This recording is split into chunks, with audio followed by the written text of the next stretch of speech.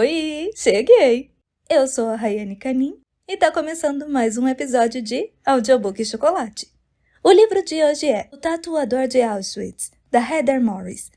Vamos começar com a descrição da capa? É a foto aproximada de um casal, dado as mãos. É possível ver que é um uniforme feminino, um vestido, e um masculino, calça e blusa. Ambos listrados, aquele uniforme característico que os prisioneiros usavam nos campos de concentração. O título e o nome da autora estão escritos em brancos. E está escrito, mais de 6 milhões de exemplares vendidos. Essa é uma capa de edição especial do livro que originou a série. Eu espero que vocês estejam bem e com seu chocolatinho a postos para começar mais um livro. Então vamos começar! A memória de Laleh Sokolov. Obrigada por confiar em mim para contar sua história com Gita. Nota da autora. Esta é uma obra de ficção baseada no testemunho em primeira mão de um sobrevivente de Auschwitz. Não é um registro oficial dos eventos do Holocausto. Há muitos relatos que servem como documentos aos fatos daquela terrível história, com muito mais detalhes do que um romance como este poderia abranger, e eu recomendo vivamente ao leitor interessado que os procure. Laleh teve contato com muito mais guardas e prisioneiros durante seu período em Auschwitz-Birkenau do que é o descrito nessas páginas. Em alguns momentos, criei personagens que representam mais que uma pessoa e simplifiquei certos eventos. Embora alguns encontros e certas conversas aqui tenham sido imaginados, não há dúvida de que os eventos dessa história ocorreram, em grande parte, conforme descritos, e todas as informações apresentadas como fatos foram devidamente documentadas e pesquisadas. Heather Morris. Prólogo. Laleh tenta não erguer os olhos. Estende a mão para pegar o pedaço de papel que lhe entregam. Precisa transferir os 5 dígitos à moça que o segura. Já há um número ali, mas se apagou. Ele pressiona a agulha no braço esquerdo dela, fazendo um 4, tentando ser delicado. O sangue irrompe, mas a agulha não foi fundo o bastante, e ele tende a riscar o número de novo. Ela não se retrai com a dor que Laleh sabe estar causando. Eles foram alertados. Não digam nada. Não façam nada. Ele limpa o sangue e esfrega tinta verde no ferimento. Depressa! Sussurra Peppan. Laleh está demorando muito. Tatuar braços de homens é uma coisa. Machucar o corpo de jovens mulheres é aterrorizante. Ao levantar os olhos, Laleh vê um homem com um jaleco branco caminhando lentamente ao longo da fileira de moças. De vez em quando, ele para e analisa o rosto e o corpo de uma jovem amedrontada. Por fim, ele se aproxima de Laleh. Enquanto Laleh segura o braço da garota com o máximo de delicadeza, o homem agarra o rosto dela e o vira com violência de um lado ao outro. Laleh encara os olhos aterrorizados. Ela mexe os lábios, pronta para falar. Laleh aperta seu braço com força para detê-la. Ela olha para ele e ele faz sem emitir som. Shhh. O homem de jaleco branco solta o rosto dela e se afasta. Muito bem. Sussurra ele ao voltar a tatuar os números que faltam. 5, 6, 2. Ao terminar, segura o braço dela um instante além do necessário, olhando de novo em seus olhos. Ele força um breve sorriso. Ela retribui com um mais discreto, mas os olhos dela dançam diante dele. Olhando para eles, o coração de Laleh parece ao mesmo tempo parar e começar a bater pela primeira vez. Forte, quase ameaçando pular para fora do peito. Ele olha para o chão, que treme sob seus pés. Outro pedaço de papel lhe é entregue. Depressa, Laleh! Peppan sussurra com urgência.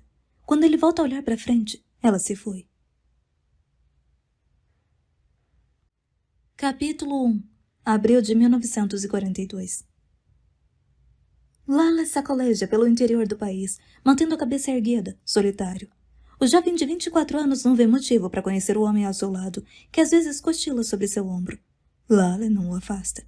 É apenas um entre os inúmeros jovens enfiados nos vagões feitos para transporte de gado. Sem ter ideia de para onde estavam sendo levados, Laleh se vestiu com seu traje habitual. Um terno bem passado, camisa branca limpa e gravata. Sempre se vista para impressionar. Ele tenta avaliar as dimensões de seu confinamento. O vagão tem cerca de 2,5 metros de largura, mas ele não consegue ver o fim para estimar seu comprimento. Tenta contar o número de homens que estão com ele naquela jornada, mas com tantas cabeças balançando para cima e para baixo, acaba desistindo. Não sabe quantos vagões são.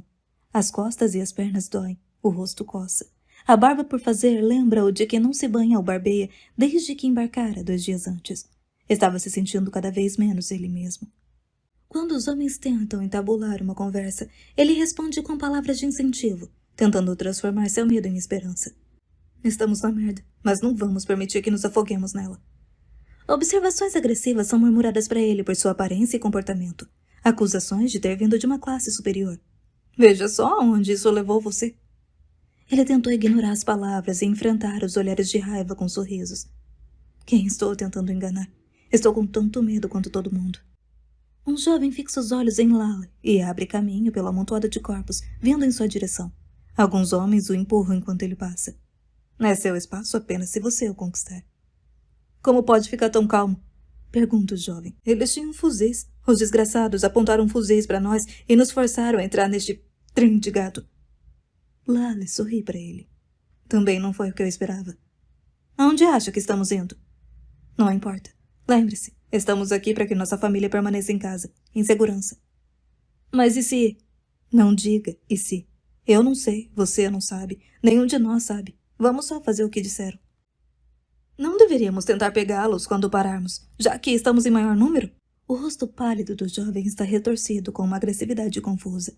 Ele cerra os punhos como um boxeador, de um jeito patético, na frente do corpo. Temos punhos, eles têm fuzis. Quem você acha que vai ganhar essa briga? O jovem volta a ficar calado. Seu ombro está encaixado no peito de Lale, que consegue sentir o cheiro oleoso de suor em seus cabelos. As mãos caem e ficam penduradas ao lado do corpo. Meu nome é Aaron, diz ele. Lale. Outros ao redor deles ficam atentos à conversa, erguendo a cabeça na direção dos dois antes de voltar às fantasias silenciosas, afundando-se nos próprios pensamentos. O que todos compartilham é o medo, e a juventude, e a religião.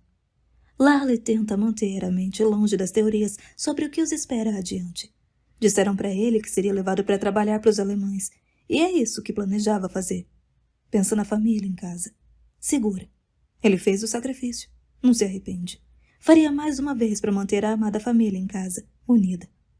A cada hora, parecia que as pessoas faziam as mesmas perguntas a ele. Esgotado, Lale começa a responder. Aguarde e veja. Fica perplexo, imaginando por que essas perguntas lhe são feitas. Não tem nenhum conhecimento especial. Sim, está de terno e gravata, mas essa é a única diferença visível entre ele e o homem ao lado. Estamos todos no mesmo barco imundo. No vagão lotado, eles não conseguem se sentar, muito menos deitar. 2 baldes servem de sanitários. Assim que enche, começa uma luta entre os homens, que tentam se afastar do fedor. Os baldes tombam, esparramando seu conteúdo. Lale agarra-se à sua mala, esperando que, com o dinheiro e as roupas que tem, ele possa fazer compras para si no local para onde estão indo, ou ao menos começarem um trabalho seguro. Talvez haja trabalho em que eu possa usar meus idiomas. Ele sente que tem sorte por ter encontrado um jeito de ir para a lateral do vagão. Pequenos vãos nas tábuas parecem vislumbres da paisagem que passa. Respiros de ar fresco mantêm a maré crescente de náusea sob controle. Mesmo sendo primavera, os dias estão chuvosos e encobertos. Às vezes passam por campos fervilhando de flores primaveris, e Lale sorri sozinho. Flores. Aprendera muito jovem com sua mãe que as mulheres as amavam. Quando seria a próxima vez que poderia dar flores a uma garota?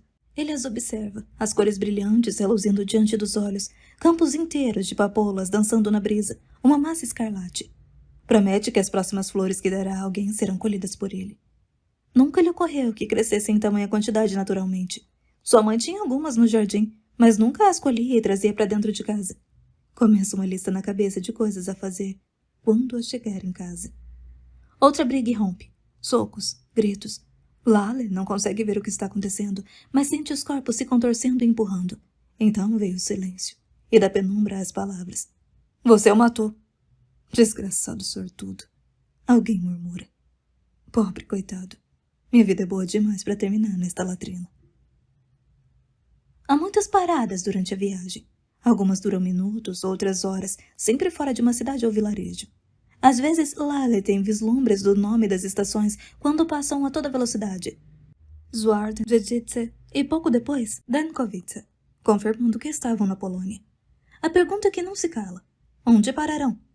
Lale passa a maior parte do tempo da viagem perdido em pensamentos sobre sua vida em Bratislava, seu trabalho, seu apartamento, seus amigos, suas amigas em especial.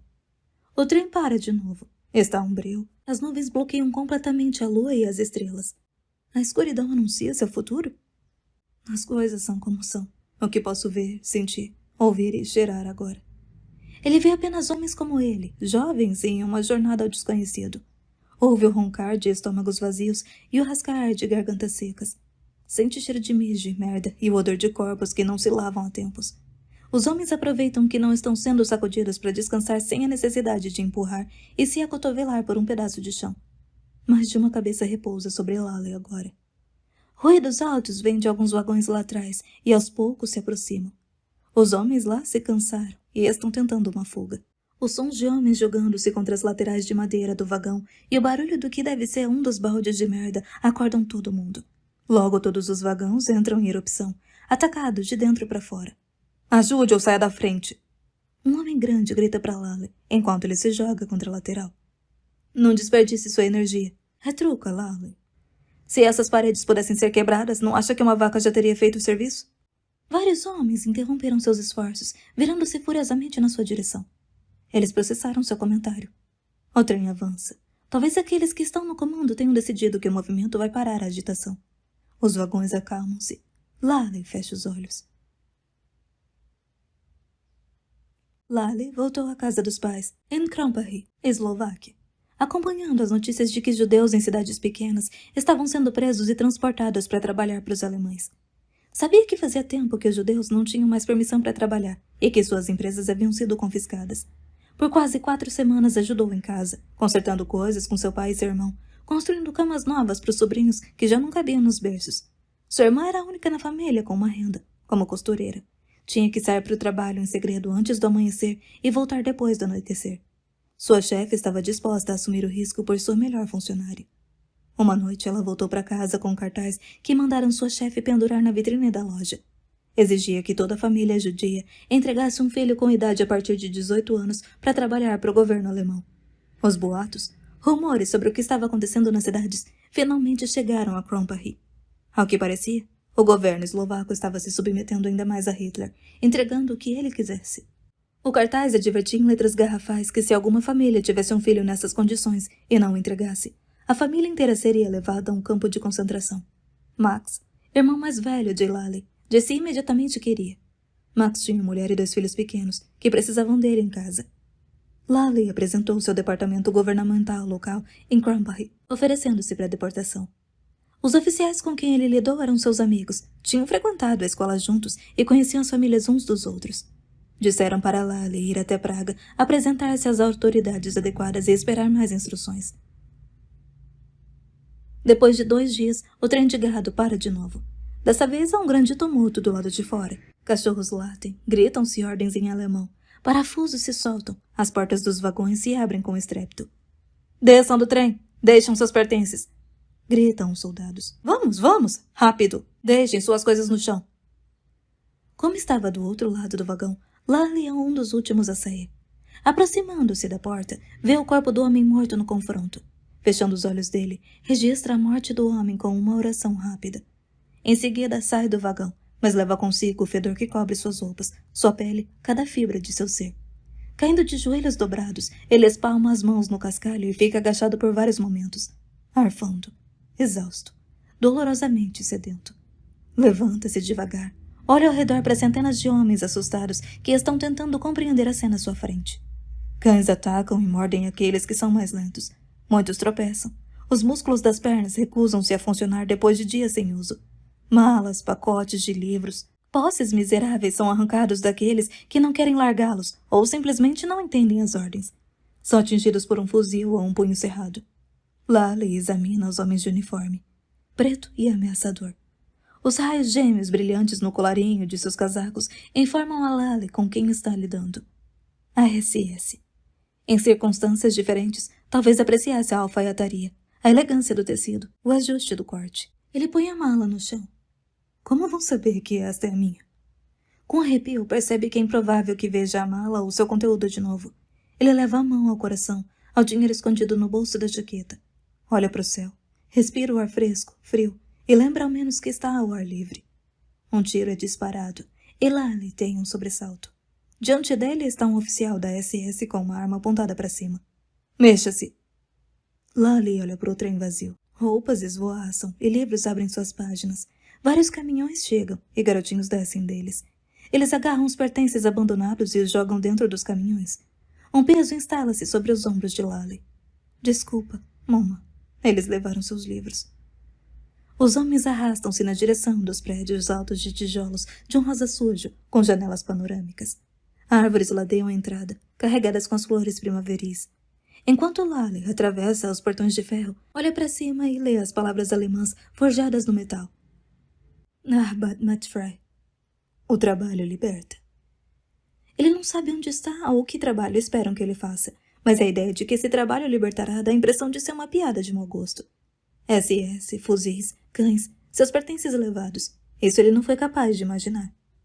Onde estamos? Lally vira-se e encontra Aaron ao seu lado.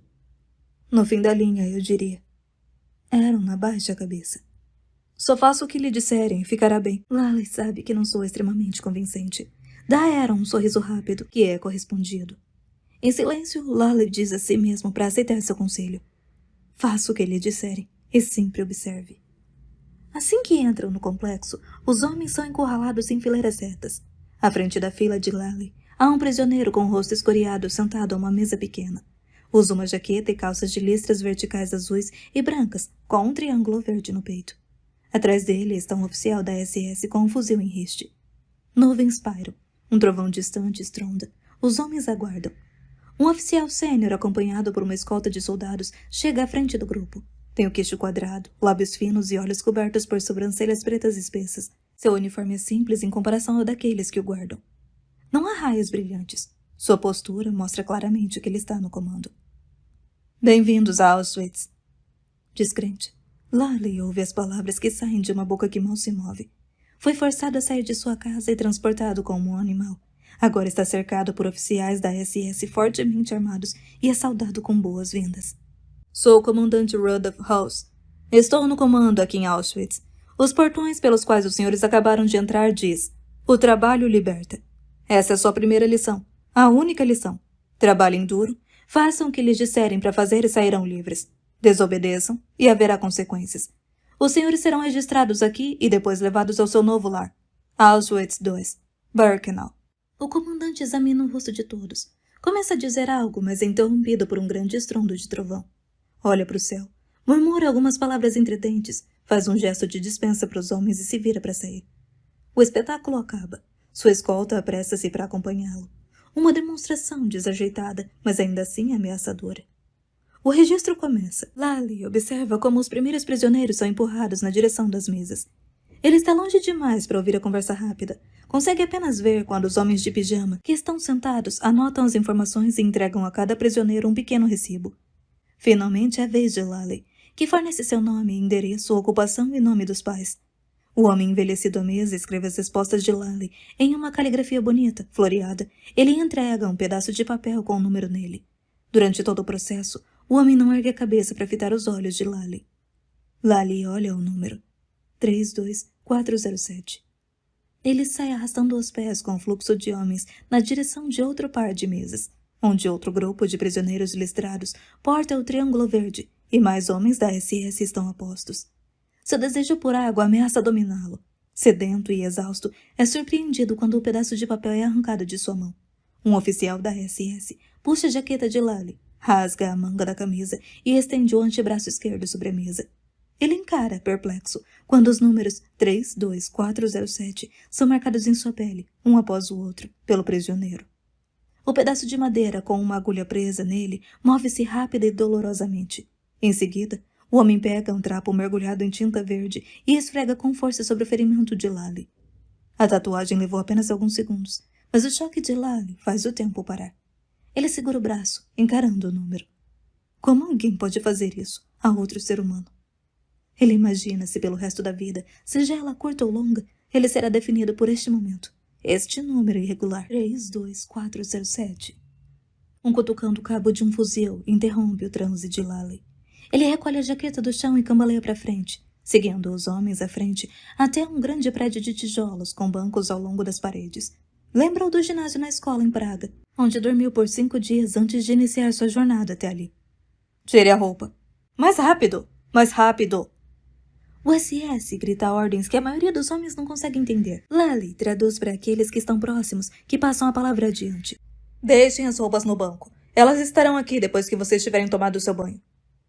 Logo o grupo está tirando calças e camisas, jaquetas e sapatos, dobrando as roupas sujas e deixando-as organizadas nos bancos. Lally fica contente com a perspectiva de ter água, mas provavelmente não verá as roupas de novo, nem o dinheiro que está dentro delas. Ele tira as roupas e as deixa no banco, mas a indignação ameaça tomá-lo. Do bolso da calça ele retira um estojo pequeno de fósforos, uma lembrança de prazeres passados, e olha de soslaio para o oficial mais próximo. O homem não está olhando. Lally risca um fósforo. Talvez seja seu último ato de livre e espontânea vontade. Ele segura o fósforo contra o forro da jaqueta, cobre-a com as calças e corre para se juntar às fileiras de homens nos chuveiros. Atrás dele, em segundos, ele ouve os gritos de fogo. Lally olha para trás, vê homens nus se empurrando e se acotovelando para sair da frente, enquanto um oficial da SS tenta extinguir as chamas. Ele ainda não chegou aos chuveiros, mas está trêmulo. O que eu fiz? Ele passou vários dias dizendo a todos ao redor para manter a cabeça baixa, obedecer, não enfrentar ninguém. E agora ele foi e incitou um maldito incêndio dentro do prédio. Resta pouca dúvida sobre o que aconteceria se alguém o apontasse como incendiário. Estúpido. Estúpido. No bloco dos chuveiros, ele se tranquiliza, respirando profundamente. Centenas de homens trêmulos estão em pé, ombro a ombro, enquanto a água fria cai sobre eles. Inclinam a cabeça para trás e bebem-na desesperados, apesar do sabor rançoso. Muitos tentam diminuir a vergonha cobrindo os genitais com as mãos. Lally lava o suor, a sujeira e o fedor do corpo e dos cabelos. A água sibila através dos canos e bate no chão. Quando cessa, as portas do vestiário se reabrem e, sem comando, eles voltam para o que agora substitui as suas roupas. Velhos uniformes do exército russo e botas. Antes de se vestirem, os senhores precisam passar no barbeiro, diz aos homens um oficial da SS, com um sorriso forçado. Pra fora! Depressa! Mais uma vez, os homens entram em fila. Eles se movem na direção dos prisioneiros que estão apostos com uma navalha. Quando é a vez de Lally, ele se senta na cadeira com as costas retas e a cabeça aprumada. Observa os oficiais da SS caminhando pela fila, atacando prisioneiros nus com o cabo de suas armas, lançando insultos e gargalhadas cruéis. Lally fica mais envertigado e ergue a cabeça mais alto, enquanto seu cabelo é reduzido a um restolho, sem se retrair quando a navalha corta seu couro cabeludo. Um empurrão nas costas dado por um oficial indica que ele está pronto. Ele segue a fileira até o vestiário, onde se junta a busca por roupas e sapatos de madeira do tamanho correto. Os que estão ali estão sujos e manchados, mas ele consegue encontrar sapatos que mais ou menos servem e torce para que o uniforme russo que pega também sirva. Depois de vestido, ele sai do prédio, conforme foi instruído. Está escurecendo. Ele caminha pela chuva, mais um entre os incontáveis homens, pelo que lhe parece um longo período. A lama, cada vez mais grossa, dificulta erguer os pés, mas ele se arrasta com determinação. Alguns homens se esforçam ou caem de quatro, e são espancados até se levantarem. Caso não se levantem, são alvejados. Lally tenta desgrudar o uniforme pesado e imundo da pele, que coça e irrita.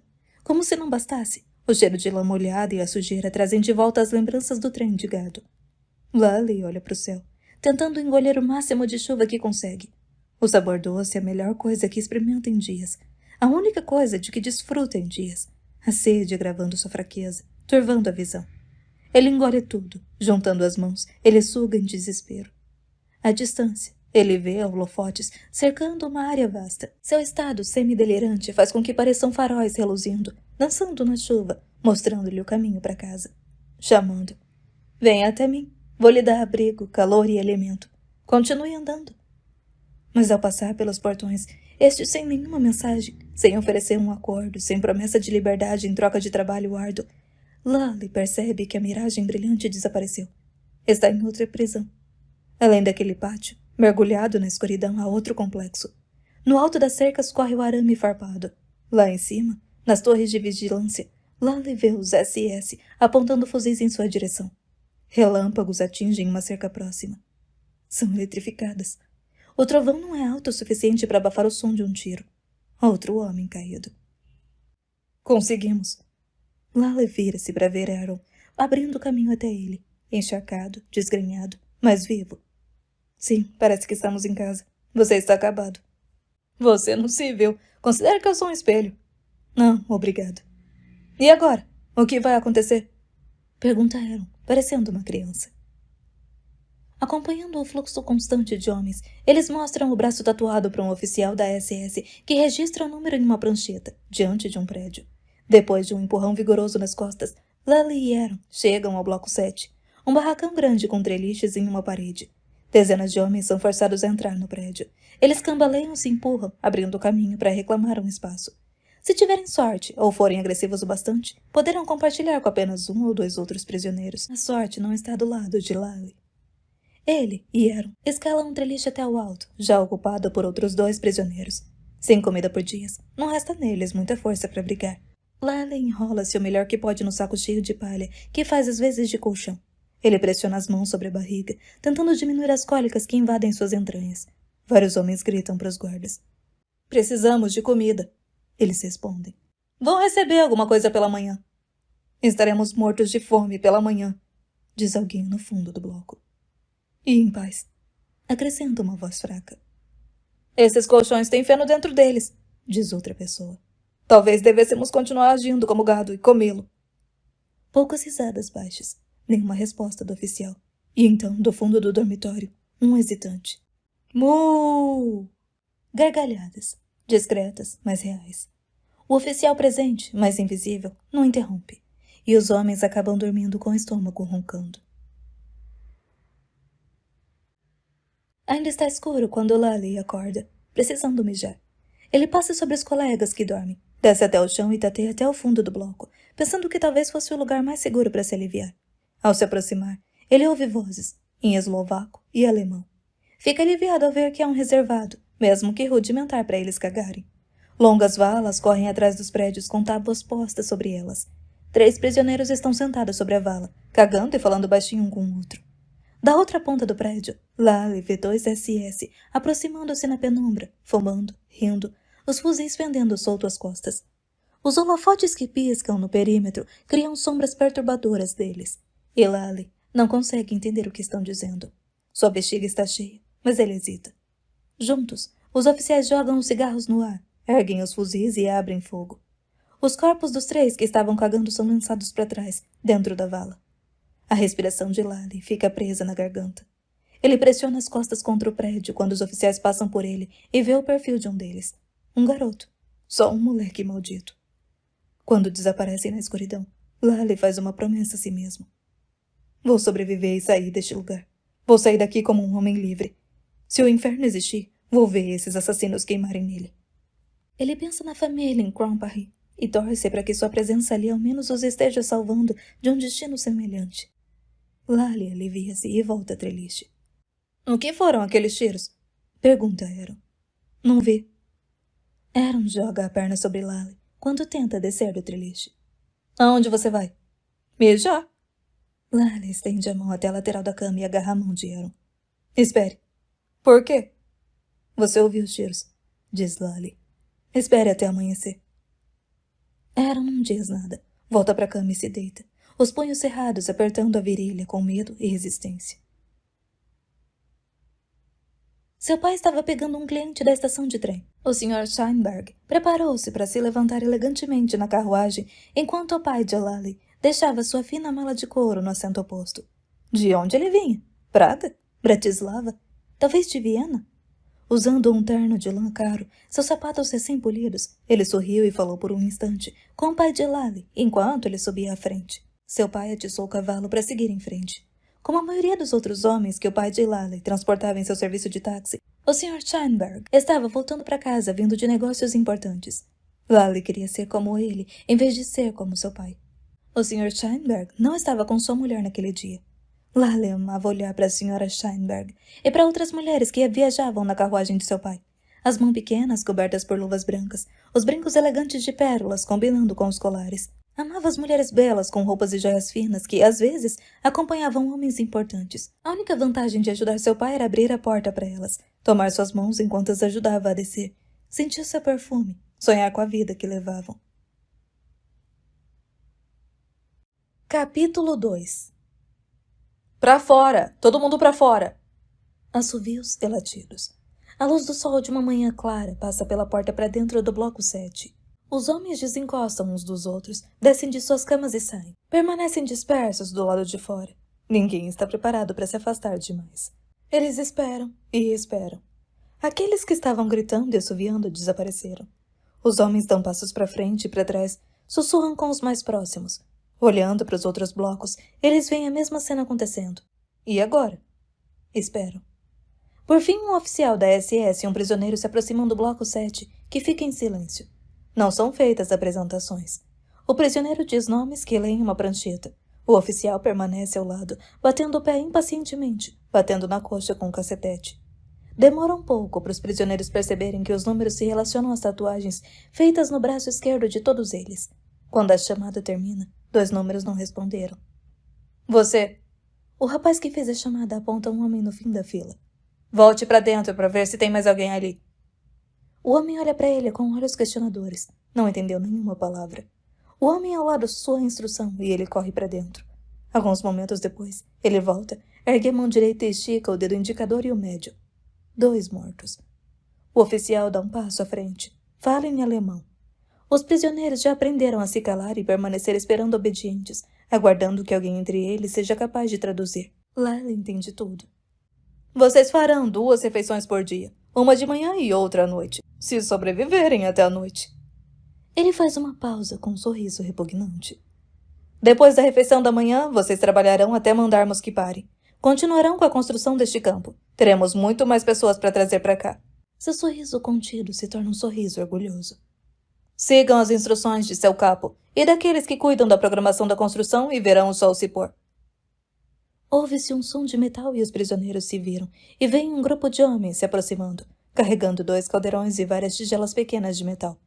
Era o café da manhã. Alguns prisioneiros começam a seguir em direção ao grupo menor, como se para oferecer ajuda. Se alguém se mexer, vai levar tiro, vocifera o oficial da SS, erguendo o fuzil. Não daremos uma segunda oportunidade. O oficial sai e o prisioneiro que fez a chamada se dirige ao grupo.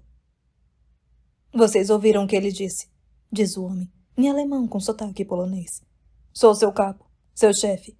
Formem 2 fileiras para pegar a comida. Quem reclamar sofrerá as consequências. Os homens se posicionam em fila e vários começam a sussurrar entre si, perguntando se alguém tinha entendido o que o alemão disse. Lally traduz para os homens mais próximos dele e pede para eles passarem a informação adiante. Vai traduzir o máximo que puder. Quando chega à frente da fila, aceita de bom grado um copo pequeno de latão, cujo conteúdo escorre pelas mãos ásperas que o entregam a ele. Ele dá um passo para o lado e examina sua refeição. É marrom, não tem nada sólido e tem um cheiro que ele não consegue identificar. Não é chá, nem café, nem sopa. Ele teme vomitar o líquido fedorento se beber devagar. Então fecha os olhos, aperta as narinas com os dedos e engole tudo. Os outros não são tão bem-sucedidos. Perto dali, Aaron ergue o copo, brincando como se brindasse. No meu vem um pedaço de batata e no seu? A melhor refeição que fiz em muito tempo. Você é sempre tão positivo? Pergunte-me de novo no fim do dia, diz Lally com uma piscadela. Devolvendo o copo vazio ao prisioneiro que o entregou a ele, Lally agradece com meneio rápido de cabeça e com um sorriso discreto. O capo grita. Quando vocês, preguiçosos de merda, terminarem de comer, voltem para a fila. Tem trabalho a fazer. Lally passa a instrução adiante. Vocês me seguirão, diz o capo, aos gritos. E seguirão as instruções do líder. Se não fizerem direito, eu vou ficar sabendo. Lally e os outros se veem diante de uma construção parcialmente erguida, uma réplica do bloco onde dormem. Outros prisioneiros já estão ali. Carpinteiros e pedreiros trabalhando em silêncio, no ritmo estabelecido de pessoas acostumadas a trabalhar juntas. Você, sim, você. Suba no telhado, pode trabalhar lá em cima. A ordem é dada a Lally. Olha ao redor e vê uma escada que leva ao telhado. 2 prisioneiros estão ali, agachados, esperando para receber as telhas que estão sendo entregues a eles. Os 2 homens abrem espaço quando Lally sobe. O telhado é formado apenas por vigas de madeira para manter as telhas. Tome cuidado. Um dos operários faz um alerta. Suba mais no telhado e nos observe. Não é difícil, logo você vai entender como faz. O homem é russo. Meu nome é Lally. Apresentações mais tarde, está bem? Os 2 homens se entreolham. Entendeu? Sim. Lally responde em russo. Os homens sorriem. Lally observa os 2 receberem as pesadas telhas de barro de um par de mãos que aparece acima da beirada do telhado.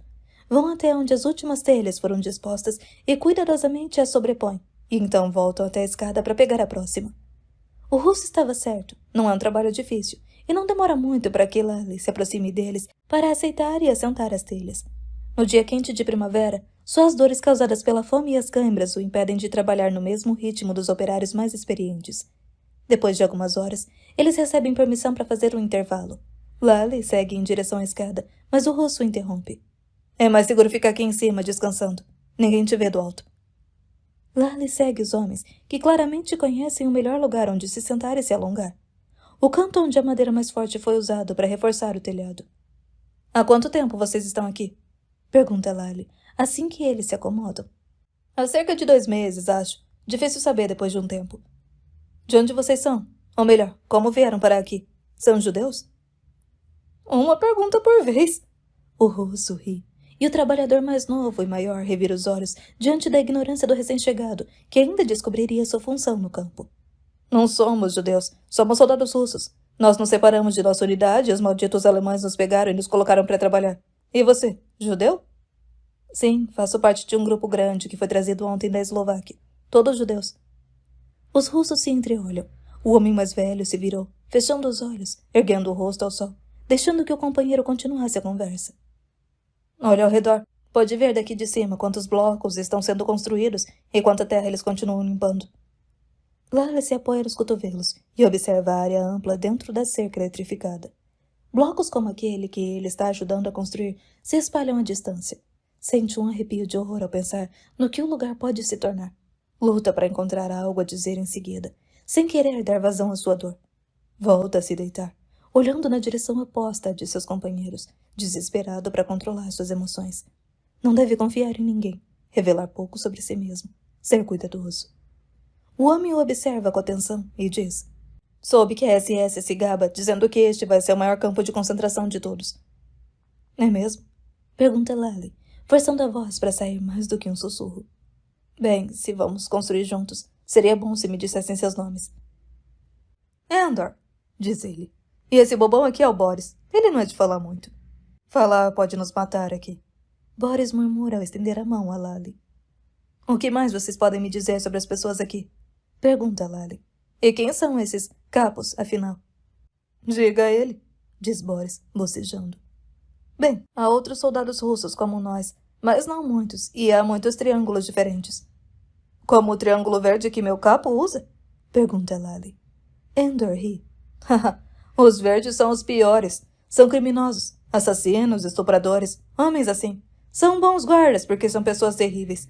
Ele continua. Outros estão aqui por causa de suas visões políticas anti-alemãs. Eles usam um triângulo vermelho. Você verá alguns, não muitos, com um triângulo preto. Estes são preguiçosos e não duram muito. E por fim, é você e seus amigos. Nós usamos a estrela amarela. Sim, você usa a estrela. Seu crime é ser judeu. Por que vocês não têm cor? Pergunta Lally. Andor dá de ombros. Somos apenas os inimigos. Boris ri. Eles nos insultam compartilhando nossos uniformes com o resto de vocês. Não podem fazer muito pior do que isso. Um apito soa e os 3 homens voltam ao trabalho. Naquela noite, os homens do Bloco 7 se reúnem em pequenos grupos para conversar, compartilhar o que aprenderam e questionar. Vários vão para os fundos do abrigo e ali fazem orações a seu Deus. As palavras se misturam e formam algo ininteligível. Eles estão rezando por orientação, vingança, aceitação. Para Lally, parece que, sem um rabino para guiá-los, cada homem reza para o que é mais importante para si. E ele decide que é assim que deve ser. Ouvindo, ele se movimenta entre os grupos de homens, mas não participa. No fim do primeiro dia, Lally já tinha conseguido todas as informações que os colegas de trabalho russos tinham.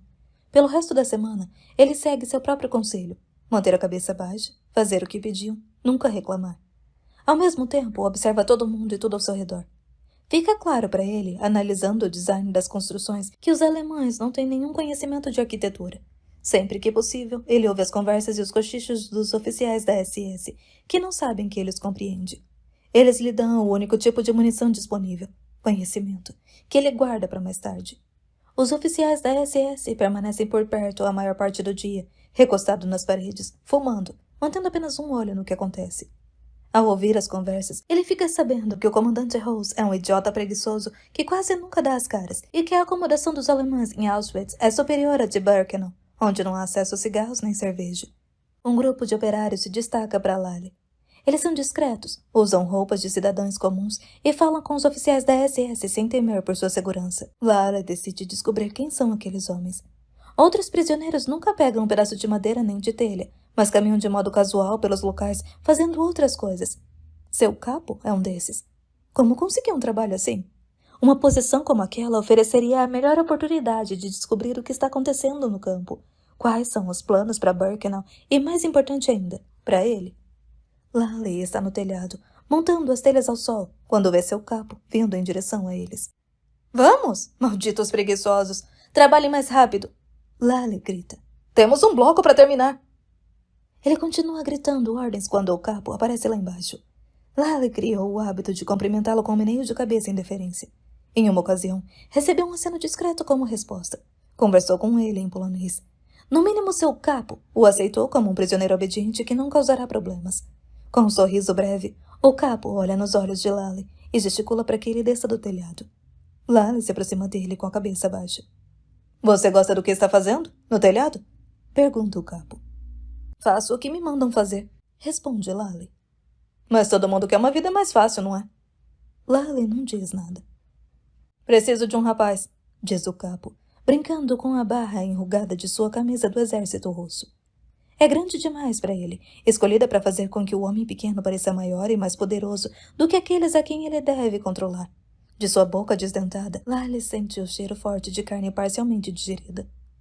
Você fará o que eu mandar que faça. Trazer minha comida, limpar minhas botas e deve estar ao meu lado sempre que eu quiser que esteja. Faça isso e posso tornar a vida mais fácil para você. Se fracassar, haverá consequências. Lally permanece ao lado de seu capo, como resposta à oferta de trabalho. E se pergunta se, ao passar de construtor a lacaio, está fazendo um acordo com o demônio. Num belo dia de primavera, não muito quente, Lally observa enquanto um caminhão grande e fechado passa do ponto habitual onde descarrega material de construção. Dá a volta pela parte de trás do prédio da administração. Lally sabe que a cerca limite não está muito longe dali e nunca ousou aventurar-se por essa área, mas a curiosidade o vence agora. Ele caminha atrás do caminhão com um ar de aqui é o meu lugar, posso ir aonde eu quiser. Ele espia a parte de trás pela extremidade da construção. O caminhão para ao lado do que parece um furgão prisional. Ele foi adaptado para se tornar uma espécie de bunker, com placas de aço presas em cima das janelas. Lally observa enquanto dezenas de homens nus são guiados para fora do caminhão e levados em direção ao furgão. Alguns entram espontaneamente. Os que resistem são agredidos com o cabo do fuzil.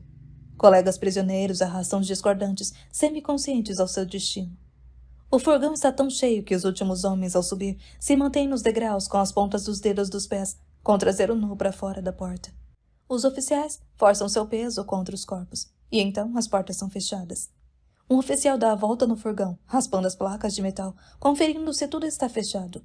Um oficial ágil escala até o teto com uma lata na mão. Incapaz de se mexer, Lally observa quando ele abre uma portinhola no teto do ônibus e despeja o conteúdo da lata. Em seguida, ele fecha a portinhola e a tranca. Enquanto o guarda desce depressa, o furgão se chacoalha violentamente e gritos abafados são ouvidos. Lally cai de joelhos com ânsia de vômito. Ele permanece ali, nauseado, enquanto os gritos desaparecem. Quando o furgão fica parado e silencioso, as portas são abertas. Homens mortos caem para fora como pedras. Um grupo de prisioneiros é guiado para além de outro canto da construção. O caminhão dá ré e os prisioneiros começam a transferir os corpos para dentro dele, com dificuldade em carregar o peso e tentando esconder seu desespero. Lally testemunhou um ato inimaginável. Ele se levanta sem firmeza, de pé no limiar do inferno, com uma confusão de sentimentos em ebulição dentro dele. Na manhã seguinte, não consegue se levantar. Está ardendo em febre. Lally demora 7 dias para recuperar a consciência. Alguém está despejando água delicadamente em sua boca. Ele sente um trapo frio e úmido em sua testa. Pronto, rapaz, diz uma voz. Vá com calma. Lally abre os olhos e vê um homem desconhecido e mais velho olhando com carinho para o seu rosto. Ele se ergue apoiando-se nos cotovelos e o desconhecido o ajuda a se sentar. Ele olha ao redor, confuso. Que dia é? Onde está? O ar fresco vai lhe fazer bem, diz o homem, segurando Lally pelo cotovelo. Ele é levado para fora para um dia de céu sem nuvens, que parece feito para a alegria, e estremece ao se lembrar do último dia como aquele. Seu mundo gira e ele cambaleia. O desconhecido o apoia, levando-o a uma pilha de lenha próximo dali. Puxando para cima a manga da blusa de Lally, ele aponta o número tatuado. Eu me chamo Peppan. Sou Tatovirra. O que acha de minha habilidade manual? Tatovirra? Diz Lally. Você quer dizer que fez isso em mim? Peppan dá de ombros, olhando dentro dos olhos de Lally. Não tive opção? Lally balança a cabeça, negando. Este número não teria sido a primeira tatuagem que eu escolheria. O que teria escolhido? Pergunta Peppan. Lally sorri maliciosamente. Como ela se chama? Minha namorada? Não sei, não nos apresentamos ainda. Peppan ri. Os dois homens se sentam em silêncio. Lally passa um dedo sobre os números. De onde é seu sotaque? Pergunta Lally. Sou francês. E o que aconteceu comigo? Finalmente pergunta. Tifo, era pra você ter morrido cedo. Lally estremece. Então por que eu estou sentado aqui com você? Eu estava passando pelo seu bloco quando seu corpo estava sendo jogado em um carrinho para mortos e moribundos. Um jovem estava implorando para que os oficiais da SS lhe deixassem, dizendo que ele tomaria conta de você. Quando eles foram ao bloco seguinte, ele tirou você do carrinho e começou a arrastá-lo para dentro. Eu fui até lá e o ajudei. Há quanto tempo foi isso? 7, 8 dias.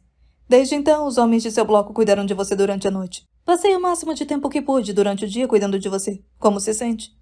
Eu me sinto bem, não sei o que dizer, como agradecer. Agradeça ao homem que tirou você do carrinho. Foi a coragem dele que afastou você das presas da morte. Farei isso quando descobrir quem foi. Você sabe? Não, sinto muito. Não nos apresentamos. Lally fecha os olhos por alguns instantes, deixando o sol esquentar sua pele, dando-lhe a energia, a vontade de seguir. Ele ergue os ombros fracos e a determinação volta a surgir dentro dele. Ainda está vivo. Levanta-se com as pernas trêmulas, espreguiçando-se, tentando respirar vida nova para um corpo enfraquecido que precisa de descanso, de alimento e de hidratação. Sente-se, você ainda está muito fraco. Aceitando o óbvio, Lally faz o que ele manda. Mas agora, suas costas estão mais eretas, sua voz está mais firme.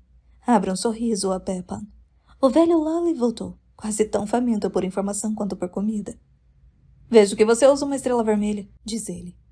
Ah, sim, fui um acadêmico em Paris e era sincero demais para o meu próprio bem. O que você lecionava? Economia. E por ser professor de economia veio parar aqui? Como?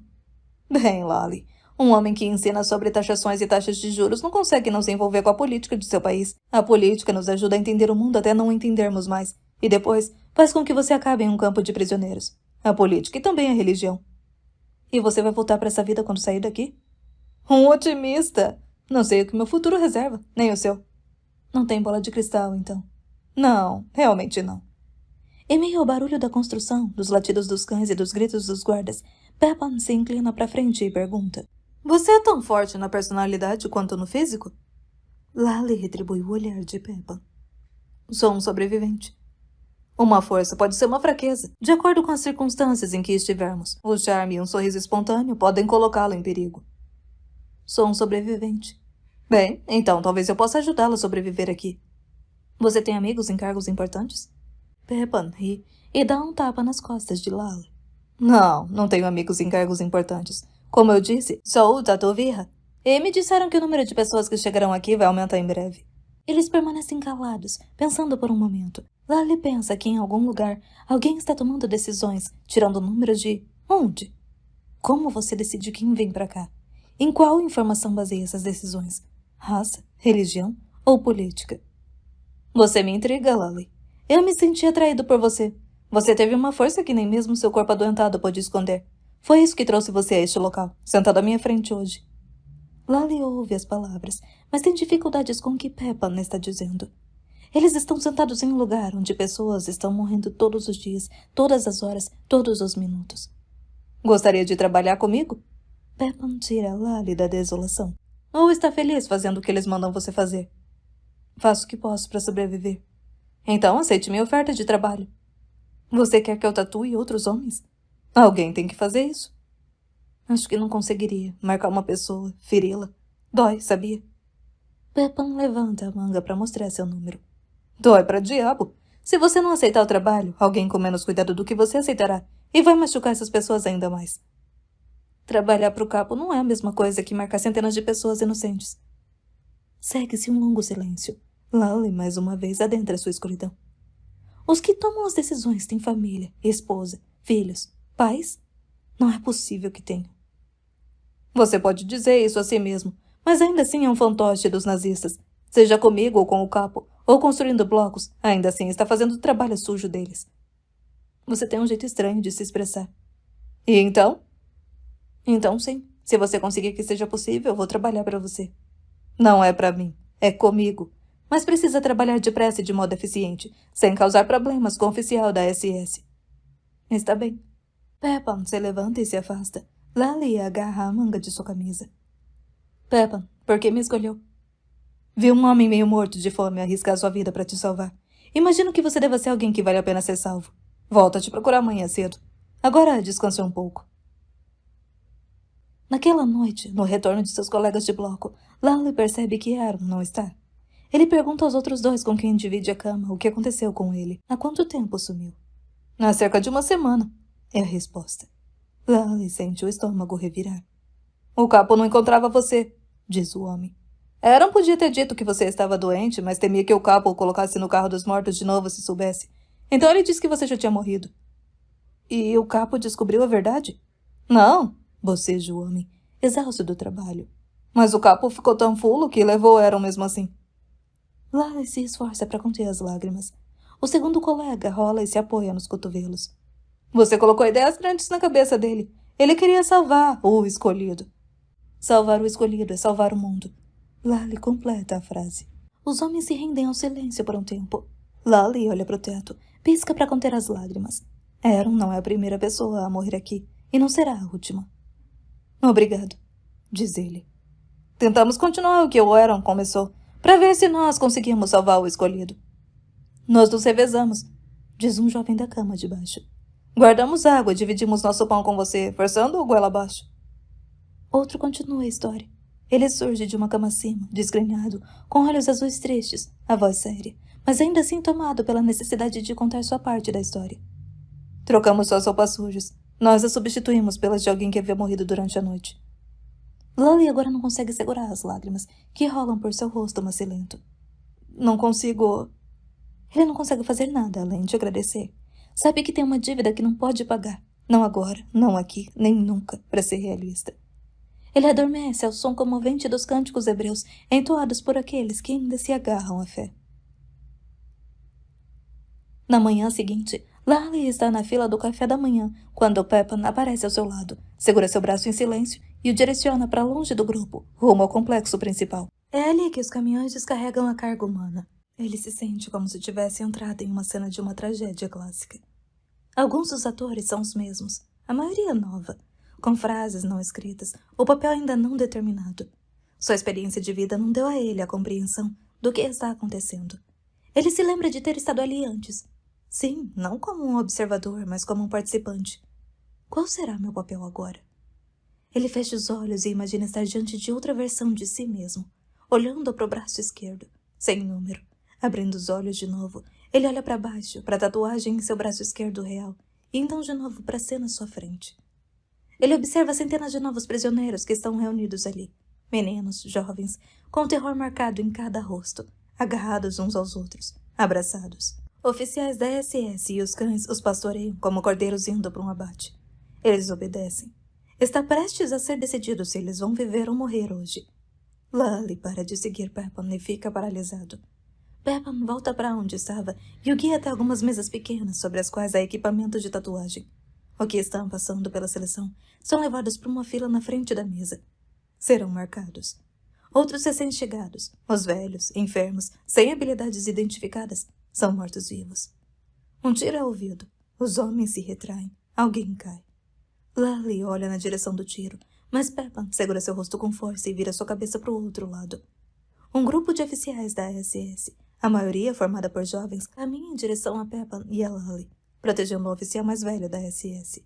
Entre 45 e 50 anos, de costas eretas com um uniforme impecável, a boina posicionada perfeitamente em sua cabeça, um manequim perfeito, Lally acredita. O oficial da SS para na frente deles. Peppan dá um passo à frente, cumprimentando-o com um meneio de cabeça enquanto Lally observa. Abashar Führer Hustak, chamei este prisioneiro para ajudar. Peppan aponta para Lally, de pé atrás dele. Hustak se vira para Lally. Peppan continua. Acredito que ele vai aprender rápido. Hostek, de olho frio como aço, olha para Lali e gesticula para que ele dê um passo à frente. Lali obedece. Quais línguas você fala? Eslovaco, alemão, russo, francês, húngaro e um pouco de polonês. Responde Lali, olhando dentro dos olhos do homem.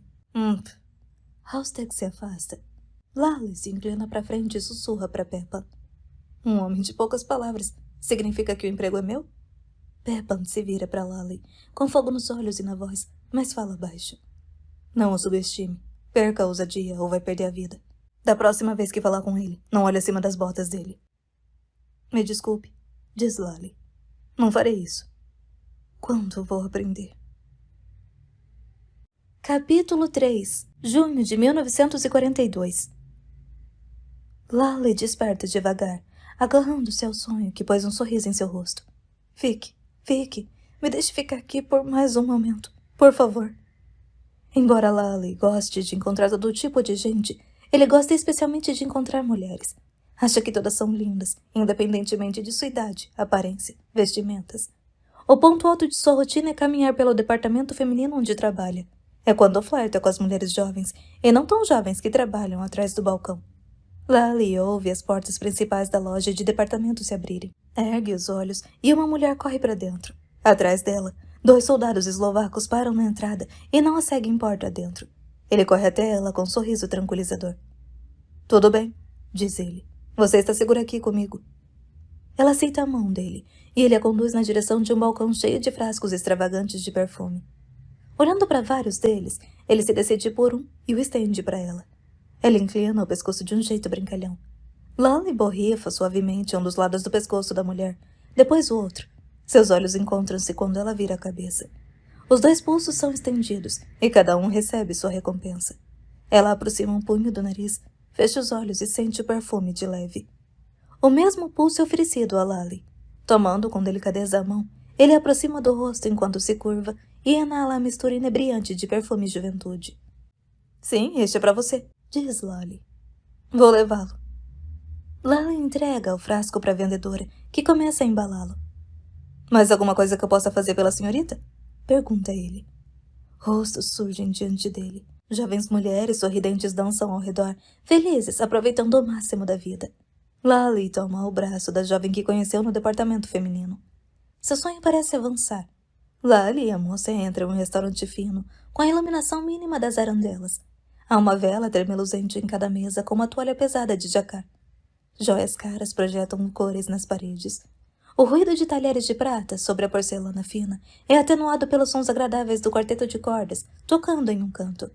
O concierge cumprimenta-o calorosamente, enquanto pega o casaco da companheira de Lali e o leva até uma mesa. Quando se sentam, o mestre mostra a Lali uma garrafa de vinho. Sem desviar os olhos da companheira, ele assente com a cabeça, a garrafa é aberta e o vinho servido. Lali e a moça tateiam até pegar as taças e, com os olhos ainda fixos, erguem as mãos e bebericam. O sonho de Lali avança de novo. Ela está quase acordando. Não. Agora está fuçando no guarda-roupa, escolhendo um terno, uma camisa, considerando e rejeitando gravatas até encontrar a certa, e faz um nó perfeito. Calça os pés em sapatos polidos. Do criado mudo, ele pega as chaves e a carteira antes de se curvar. Tira uma mecha rebelde de cabelo do rosto de sua companheira que dorme e a beija de leve na testa. Ela se move e sorri. Com a voz rouca, ela diz: Hoje à noite. Tiros lá fora catapultam Lali para dentro do mundo real. Ele é chacoalhado por seus colegas de cama enquanto procuram a ameaça. Com a lembrança do corpo acolhedor da mulher deitada ainda persistente, Lali se levanta devagar e é o último a se alinhar para a chamada. O prisioneiro ao seu lado o cutuca quando ele não responde no momento em que seu número é chamado. O que foi? Nada. Tudo, neste lugar. É o mesmo de ontem e será o mesmo amanhã. Você me ensinou isso. O que mudou para você? Tem razão. O mesmo. É que, bem, tive um sonho com uma garota que conheci no passado. Em outra vida. Qual era o nome dela? Não consigo lembrar. Não importa. Estava apaixonado por ela? Eu amei todas, mas, de algum jeito, nenhuma delas conquistou meu coração. Faz sentido? Na verdade, não. Eu me conformaria com uma garota para amar e passar o resto da vida. Chovia há dias, mas naquela manhã o sol ameaça lançar um pouco de luz no sombrio complexo de Birkenau, enquanto Lali e Peppan preparam sua área de trabalho. Eles têm 2 mesas, frascos de tinta, muitas agulhas. Prepare-se, Lally. Aí vem eles. Lally ergue os olhos e fica surpresa ao ver dezenas de jovens mulheres sendo escoltadas até eles. Sabia que havia garotas em Auschwitz, mas não ali, não em Birkenau, o inferno dos infernos. É algo um pouco diferente hoje, Lally. Eles trouxeram algumas garotas de Auschwitz pra cá e algumas delas precisam que seus números sejam refeitos. Quê? Seus números. Eles foram feitos com carimbo, que não foi eficiente. Precisamos fazê-los direito. Não é hora de admirá-las, Lally. Apenas faça seu trabalho. Não posso. Faça seu trabalho, Lally. Não diga nada pra elas. Não faça nenhuma idiotice. A fila de garotas serpenteava além de sua visão. Não posso fazer isso. Por favor, Peppa. Não posso fazer isso. Sim, você pode, Lally. Você precisa fazer. Se não fizer, outra pessoa vai fazer e não vai adiantar de nada eu ter te salvado. Só faça seu trabalho. Peppa encara-o. O medo acomoda-se no fundo dos ossos de Lally. Peppa não tem razão. Ou ele segue as regras, ou arrisca morrer. Lally começa o trabalho. Ele tenta não erguer os olhos. Estende a mão para pegar o pedaço de papel que lhe entregam. Precisa transferir os 5 dígitos à moça que o segura. Já há um número ali, mas se apagou. Ele pressiona a agulha no braço esquerdo dela, fazendo um 4, tentando ser delicado. O sangue aparece, mas a agulha não foi funda o bastante e ele tem que riscar o número de novo. Ela não se retrai com a dor que Lally sabe estar causando. Eles foram alertados. Não diga nada. Não façam nada. Ele limpa o sangue e esfrega a tinta verde no ferimento. Depressa, sussurra Peppa. Lally está demorando muito. Tatuar braços de homens é uma coisa, machucar o corpo de jovens mulheres é aterrorizante. Ao levantar os olhos, Lally vê um homem de jaleco branco caminhando lentamente ao longo da fileira de moças.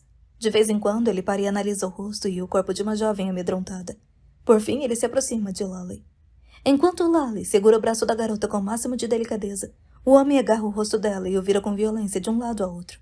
Lally encara os olhos aterrorizados. Ela mexe os lábios, pronta para falar. Lally aperta seu braço com força para detê-la. Ela olha para ele e ele faz sem emitir som. Shhh.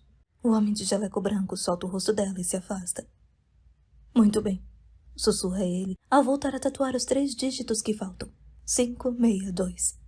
Ao terminar, segura o braço dela um instante além do necessário, olhando de novo em seus olhos. Ele força um breve sorriso. Ela retribui com um mais discreto, mas os olhos dela dançam diante dele. Olhando para eles, o coração dele parece ao mesmo tempo parar e começar a bater pela primeira vez. Forte, quase ameaçando pular para fora do peito. Ele olha para o chão, que treme sob seus pés. Outro pedaço de papel lhe é entregue. Depressa, Lally. Peppa sussurra com urgência. Quando ele volta a olhar para frente, ela se foi. Várias semanas depois, Lally se apresenta para o trabalho, como de costume. Sua mesa e equipamentos já estão a postos, e ele olha ao redor, ansioso, em busca de Peppa. Vários homens estão caminhando em sua direção. Ele fica assustado pela aproximação do Oberscharführer Hostek, acompanhado por um jovem oficial da SS. Lally abaixa a cabeça e se lembra das palavras de Peppa. Não o subestime. Vai trabalhar sozinho hoje, murmura Hostek. Quando Hostek se vira para se afastar, Lally pergunta em voz baixa. Onde está Peppa? Hostek para. Vira-se e o encara com raiva. O coração de Lally tem um sobressalto. Você é o novo Tatuiha agora. Hostek vira-se para o oficial da SS. E você será responsável por ele. Quando Hostek se afasta, o oficial da SS recosta o fuzil no ombro e o aponta para Lally. Lally enfrenta o olhar dele, fitando os olhos negros de um garoto magrelo com um sorriso cruel estampado no rosto. Por fim, Lally baixa os olhos. Peppa, você disse que este trabalho poderia salvar minha vida. Mas o que aconteceu com você? Parece que meu destino está em suas mãos. Rosna o oficial. O que acha disso? Vou tentar não decepcionar o senhor. Tentar? É melhor fazer mais que tentar. Você não vai me decepcionar. Sim, senhor. Em que bloco você está? Número 7. Quando terminar aqui, vou mostrar seu quarto em um dos novos blocos. Ficará lá a partir de agora. Estou feliz no meu bloco, senhor. Não seja idiota. Vai precisar de proteção agora que é Tatuiha. Agora você trabalha para o departamento político da SS. Merda. Talvez eu devesse ter medo de você. Aquele sorriso de novo. Tendo sobrevivido àquela rodada de questionamentos, Lally arrisca a sorte. Sabe, o processo vai muito mais rápido se eu tiver um assistente. O oficial da SS dá um passo em direção a Lally, olhando de cima a baixo com desprezo. Quê? Se eu tiver alguém para me ajudar, o processo será mais rápido e seu chefe ficará feliz. Como se instruído por Halstead, o oficial vira-se e percorre a fileira de jovens que esperam para ser numerados. Todos eles, exceto um, têm a cabeça abaixada. Lally teme por aquele que encara o oficial e fica surpreso quando ele é arrastado pelo braço e encaminhado até Lally. Seu assistente, faça o número dele primeiro. Lally pega o pedaço de papel do jovem e rapidamente tatua seu braço. Qual é o seu nome? Pergunta ele. Leão. Leão, sou o Lally, o tatueira, diz ele, a voz firme como a de Peppa. Agora fique ao meu lado e observe o que estou fazendo. A partir de amanhã você trabalhará para mim como meu assistente. Talvez isso salve a sua vida. O sol se pôs quando o último prisioneiro foi tatuado e empurrado na direção de seu novo lar. O guarda de Lally, cujo nome é Baratsky, estava em pé, esperando por ele. Leve isto para o seu quarto novo. Apresente-se toda manhã no prédio da administração para pegar suprimentos e receber instruções de onde vai trabalhar naquele dia. Posso conseguir uma mesa extra e suprimentos para Leão? Quem? Meu assistente. Peça na administração tudo do que precisar. Ele leva Lally a uma área do campo que ainda está em construção. Muitos prédios não estão terminados e o silêncio sombrio faz Lally estremecer. Um desses novos blocos está concluído e Baratsky mostra a Lally um quarto único localizado logo depois da porta. Você dorme aqui, diz Baratsky. Lally põe a mala de ferramentas sobre o chão duro e observa o quarto pequeno e isolado. Já sente falta de seus amigos do bloco 7. Em seguida, acompanha Baratsky. Lally fica sabendo que suas refeições agora serão em uma área próxima do prédio de administração. Em seu cargo de tatueira, ele receberá refeições extras. Eles seguem para o jantar, enquanto Baratsky explica. Queremos que nossos trabalhadores tenham força. Ele aponta para Lally pegar um lugar na fila do jantar. Aproveite ao máximo. Quando Baratsky se afasta, uma concha de sopa rala e um naco de pão são entregues a ele. Ele os engole de uma vez e está prestes a sair. Pode pegar mais se quiser, diz uma voz queixosa. Lally pega um segundo naco do pão, olhando para os prisioneiros ao redor dele, que comem em silêncio, sem trocar brincadeiras, apenas olhares furtivos. A sensação de desconfiança e medo é óbvia. Afastando-se com o pão enfiado na manga, ele segue para o seu antigo lar, o bloco 7. Ao entrar, ele meneia a cabeça para o capo, que parece ter recebido a mensagem de que Lally não está mais sob seu comando. Lá dentro, Lally agradece os cumprimentos dos muitos homens com quem dividiu o bloco e compartilhou medos e sonhos de outra vida. Quando chega à sua antiga trelice, Leão está sentado lá com os pés pendurados na lateral. Lally olha para o rosto do jovem. Os olhos azuis arregalados têm uma bondade e uma sinceridade que Lally considera eternos. Vem aqui fora comigo um momento. Leão salta da cama e o segue. Todos os olhos pousam sobre os dois, dando a volta no bloco. Lally puxa o pedaço de pão seco da manga e oferece a Leão, que o devora. Só agradece depois de terminá-lo. Sabia que você tinha perdido o jantar. Agora tenho refeições extras. Vou tentar compartilhar com você e com os outros quando puder. Agora volte lá pra dentro. Diga a eles que eu arrastei até aqui para aborrecer você e mantenha a cabeça baixa. Vejo você pela manhã. Não quer que eles saibam que você consegue refeições extras?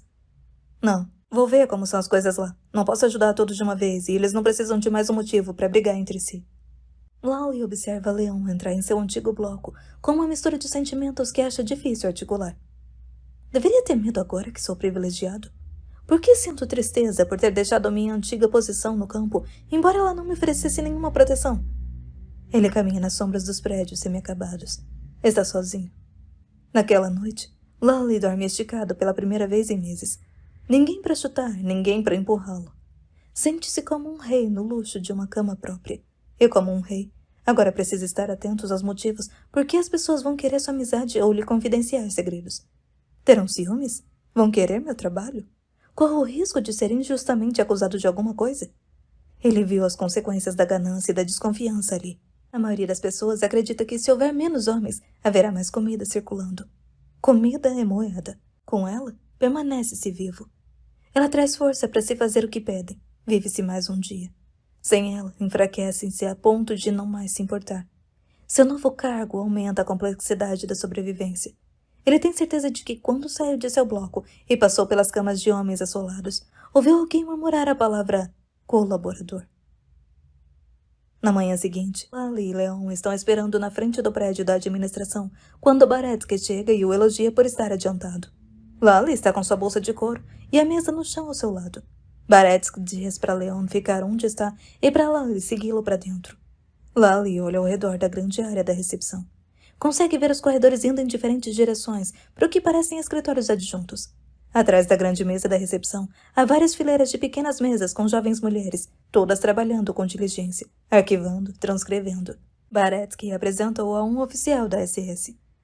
Este é o meu tatuíra. Ele diz de novo para pegar suprimentos e instruções ali todos os dias. Lally pede uma mesa e ferramentas extras, pois ele tem um assistente esperando lá fora. O pedido é atendido sem nenhum comentário. Lally suspira aliviado, pois ao menos salvou um homem do trabalho duro. Pensa em Peppan e lhe agradece em silêncio. Pega a mesa e põe os suprimentos extras na bolsa. Quando Lally se vira, o funcionário da administração lhe fala em voz alta. Carrega essa mala com você o tempo todo. Identifique-se com as palavras Leite-Shabtalon e ninguém o incomodará. Devolva-nos os papéis numerados toda noite, mas fique com a mala. Baretsky bufa ao lado de Lally. É verdade. Com esta mala e aquelas palavras você está seguro. Menos de mim, claro. Pise na bola e me cause problemas e não vai ter mala nem palavras que vão te salvar. A mão do oficial pousa na pistola. Descansa no coldre, abrindo e fechando a fivela. Fechada, aberta, fechada. Sua respiração fica cada vez mais profunda. Lally toma uma atitude inteligente. Baixa os olhos e vira-se para se afastar. Os transportes chegam a Auschwitz-Birkenau a toda hora, dia e noite. Não é raro Lally e Leon trabalharem noite adentro. Nesses dias, Baretsky mostra seu lado mais desagradável.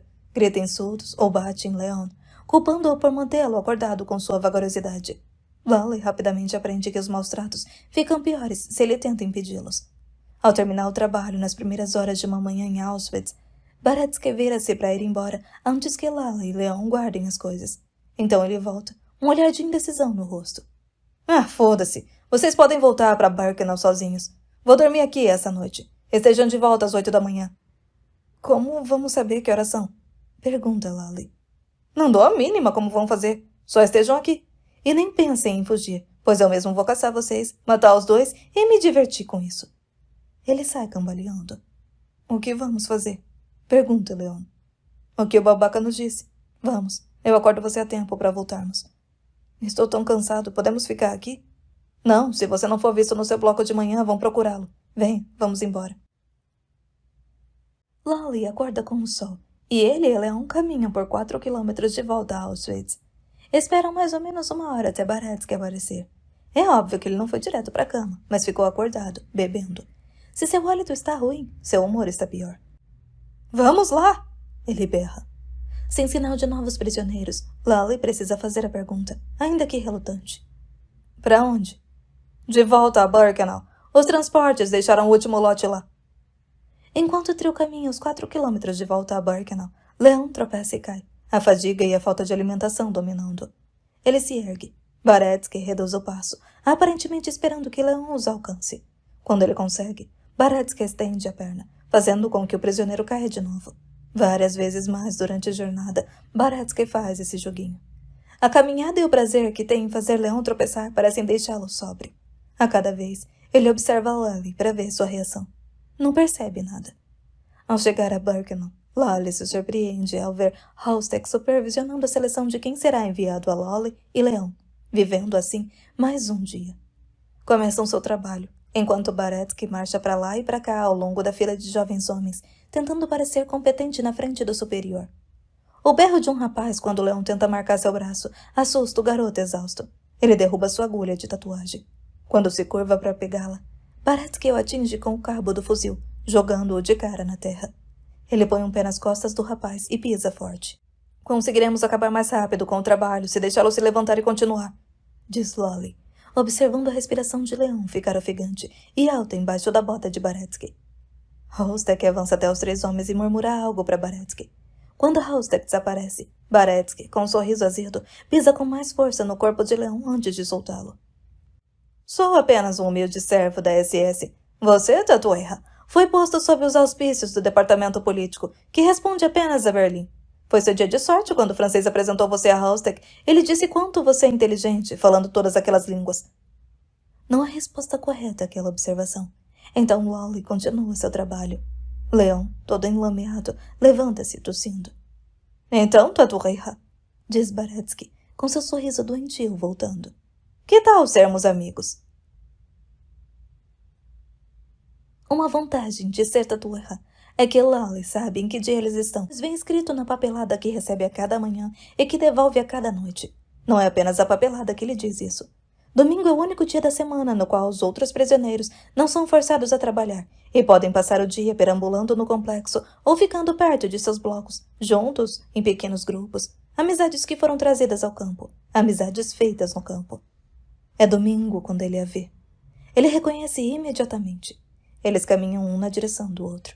Lally sozinho, ela com um grupo de garotas, todas de cabeça raspada, todas usando a mesma roupa simples. Não há nada que a distingua além daqueles olhos. Negros. Não, castanhos. O castanho mais escuro que ele já viu. Pela segunda vez, espreitam a alma um do outro. O coração de Lally tem um sobressalto. Os olhares se mantêm. Tatureira! Baretsky pousa a mão no ombro de Lally, quebrando o encanto. As prisioneiras afastam-se, sem querer ficar perto de um oficial da SS ou de um prisioneiro com quem ele esteja falando. O grupo de garotas espalha-se e a deixa olhando para Lally, que olha para ela. Os olhos de Baretsky movem-se de um para o outro, enquanto ficam parados em um triângulo perfeito, cada qual esperando o outro se mover. Baretsky está com um sorriso astuto. Com coragem, uma das amigas dela avança e a puxa de volta ao grupo. Muito bonita, diz Baretsky, enquanto ele e Lally se afastam. Lally ignora-o e luta para controlar o ódio que sente. Gostaria de conhecê-la? De novo, Lally se recusa a responder. Escreva para ela. Diga que gosta dela. Quanto ele pensa que sou estúpido. Vou arrumar papel e uma caneta e levo sua carta para ela. O que me diz? Sabe o nome dela? 4562.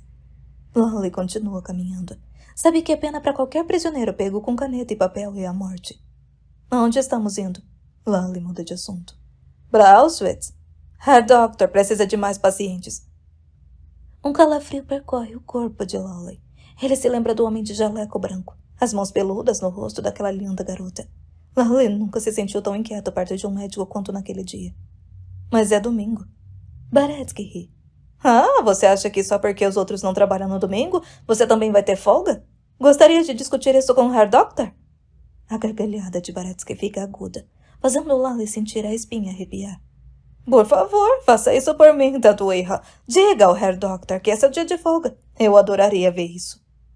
Lally sabe quando calar a boca. Ele avança, aumentando a distância entre ele e Baretsky.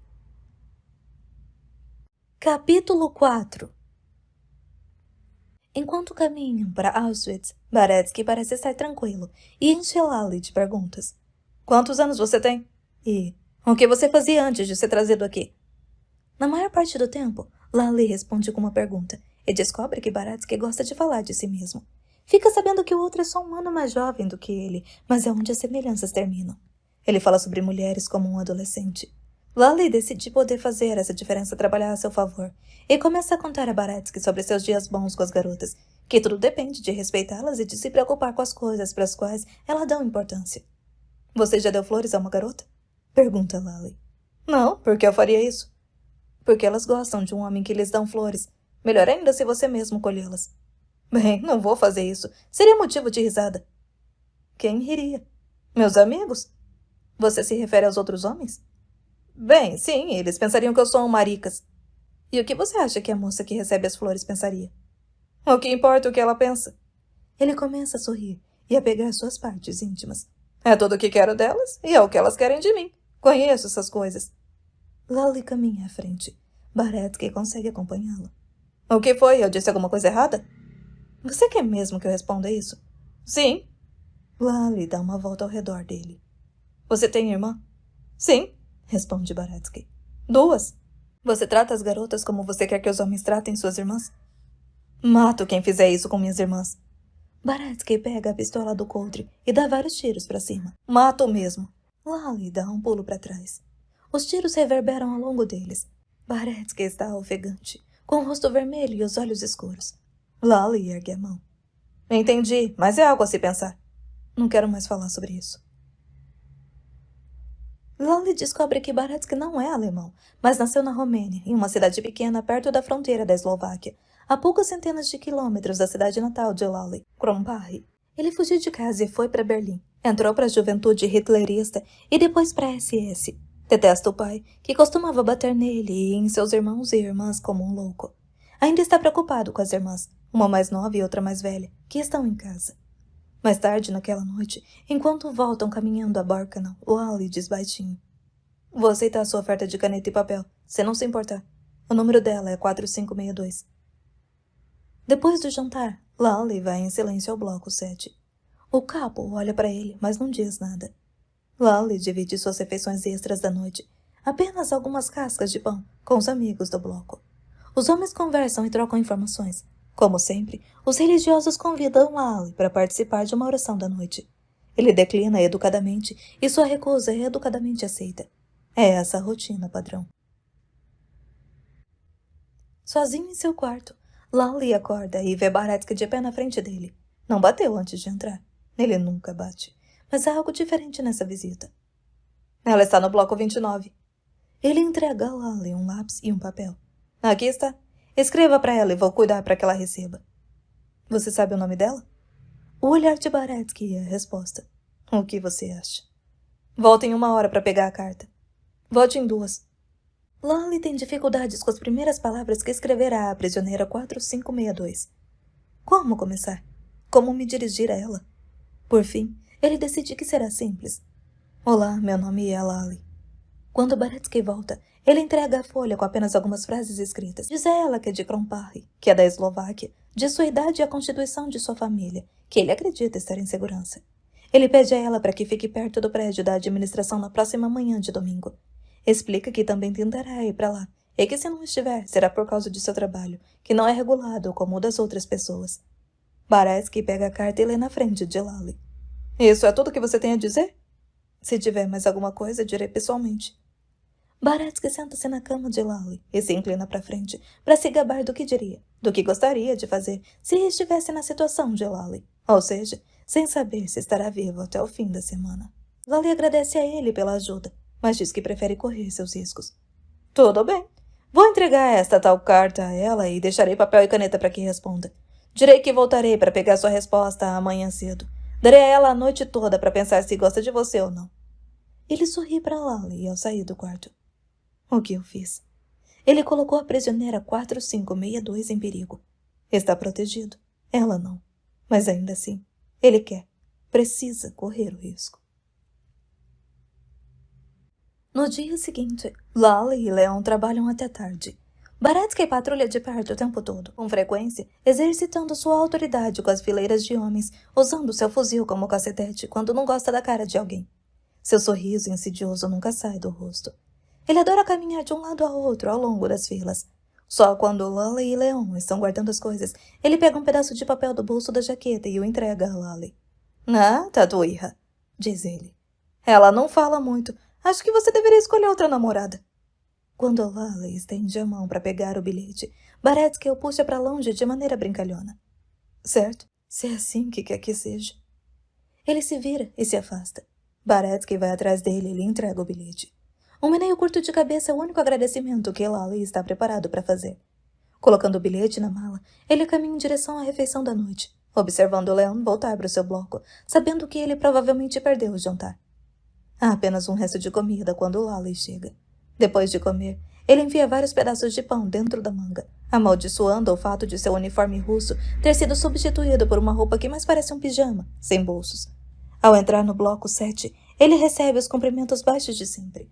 Explica que só tem comida extra suficiente para Leon, e talvez mais 2, prometendo tentar conseguir mais amanhã. Diminui o tempo da visita e volta depressa para o seu quarto. Precisa ler as palavras escondidas entre suas ferramentas. Deita-se na cama e segura o bilhete contra o peito, imaginando a prisioneira 4562 escrevendo as palavras que ele tanto quer ler. Por fim, ele o abre.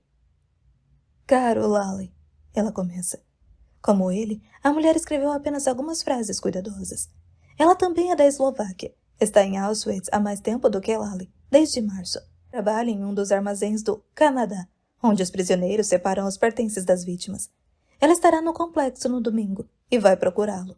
Lolly releu o bilhete e vira o papel nas mãos muitas vezes. Pegando um lápis da bolsa, ele faz rabiscos escuros na parte de trás da carta. Seu nome. Qual é seu nome? Na manhã seguinte, Baretsky acompanha Lally a Auschwitz sozinho. O novo transporte é pequeno, o que dá a Leon um dia de descanso. Baretsky começa a perturbar Lally a respeito do bilhete e de como ele deve ter perdido o jeito com as moças. Lally ignora a provocação. Pergunta se ele tem lido algum livro bom ultimamente. Livros? Não leio livros, diz Baretsky. Pois deveria. Por quê? Para que servem os livros? Dá para aprender muito com eles, e as moças gostam quando conseguimos citar trechos deles ou recitar poesia. Não preciso citar trechos de livros. Tenho esse uniforme. É só do que preciso para conseguir garotas. Elas adoram o uniforme. Tenho uma namorada, sabia? Baretsky se gaba. Isso é novidade para Lally. Que bom. E ela gosta do seu uniforme? Com certeza. Ela até o veste e anda marchando e cumprimentando. Pensa que é Hitler. Com uma risada assustadora, ele a imita, marchando, com o braço erguido. Heil Hitler! Heil Hitler! O fato de ela gostar de uniforme não quer dizer que ela goste de você, diz o Lally. Baretsky para, de repente, e se arrepende do comentário descuidado. Diminui os passos, analisando se deve voltar e se desculpar. Não, vai continuar andando e ver o que acontece. Fechando os olhos, ele coloca um pé na frente do outro, um passo por vez, esperando, atento para ouvir o tiro. Ele ouve o barulho de alguém correndo atrás dele. E então, o puxão em uma das mangas. É o que você acha, Tatuíra? Que ela só gosta de mim por causa do meu uniforme? Aliviado, Lally se vira para olhar para ele. Como eu vou saber do que ela gosta? Por que não me conta mais alguma coisa sobre ela? Ele não quer saber dessa conversa, mas por ter escapado de um tiro, sente que não tem escolha. No fim, revela-se que Baretsky sabe muito pouco sobre sua namorada, principalmente porque nunca perguntou sobre ela. Isso é demais para Lally ignorar, e quando se dá conta, está dando a Baretsky mais conselhos sobre como tratar as mulheres. Em sua mente, Lally diz a si mesmo para se calar. Por que se importaria com um monstro ao seu lado e se ele vai ser ou não capaz de tratar uma moça com respeito? Na verdade, ele espera que Baretsky não sobreviva a este lugar e que não volte a estar com uma mulher na vida. Capítulo 5. A manhã de domingo chegou. Lally salta da cama e corre para fora. O sol aparece. Onde está todo mundo? Onde estão os pássaros? Por que não estão cantando? É domingo. Ele diz para ninguém em especial. Ao girar, ele percebe fuzis apontados para ele a partir das torres de vigilância próximas. Ai, que merda. Ele corre de volta para o seu bloco, enquanto os tiros riscam a quieta alvorada. O guarda parece ter decidido assustá-lo.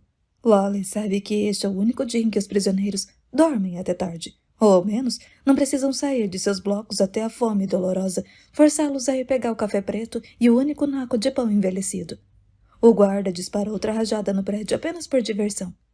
De volta ao seu quartinho, Lally caminha para lá e para cá, ensaiando as primeiras palavras que dirá para ela. Você é a garota mais bonita que já vi. Ele tentou e descartou. Ele tem certeza de que ela não se sente bonita com a cabeça raspada e usando as roupas de alguém muito maior. Ainda assim, não descarta essa possibilidade por completo. Mas talvez a melhor coisa seja simplificar. Qual é o seu nome? E ver aonde isso o levará. Lally força-se a ficar lá dentro até começar a ouvir os sons, tão familiares para ele agora, do campo despertando. Primeiro, a sirene interrompe o sono dos prisioneiros. Depois, os oficiais da SS de ressaca, com muito sono e pouco humor, berram instruções. As jarras de café da manhã ressoam quando são levadas a cada bloco.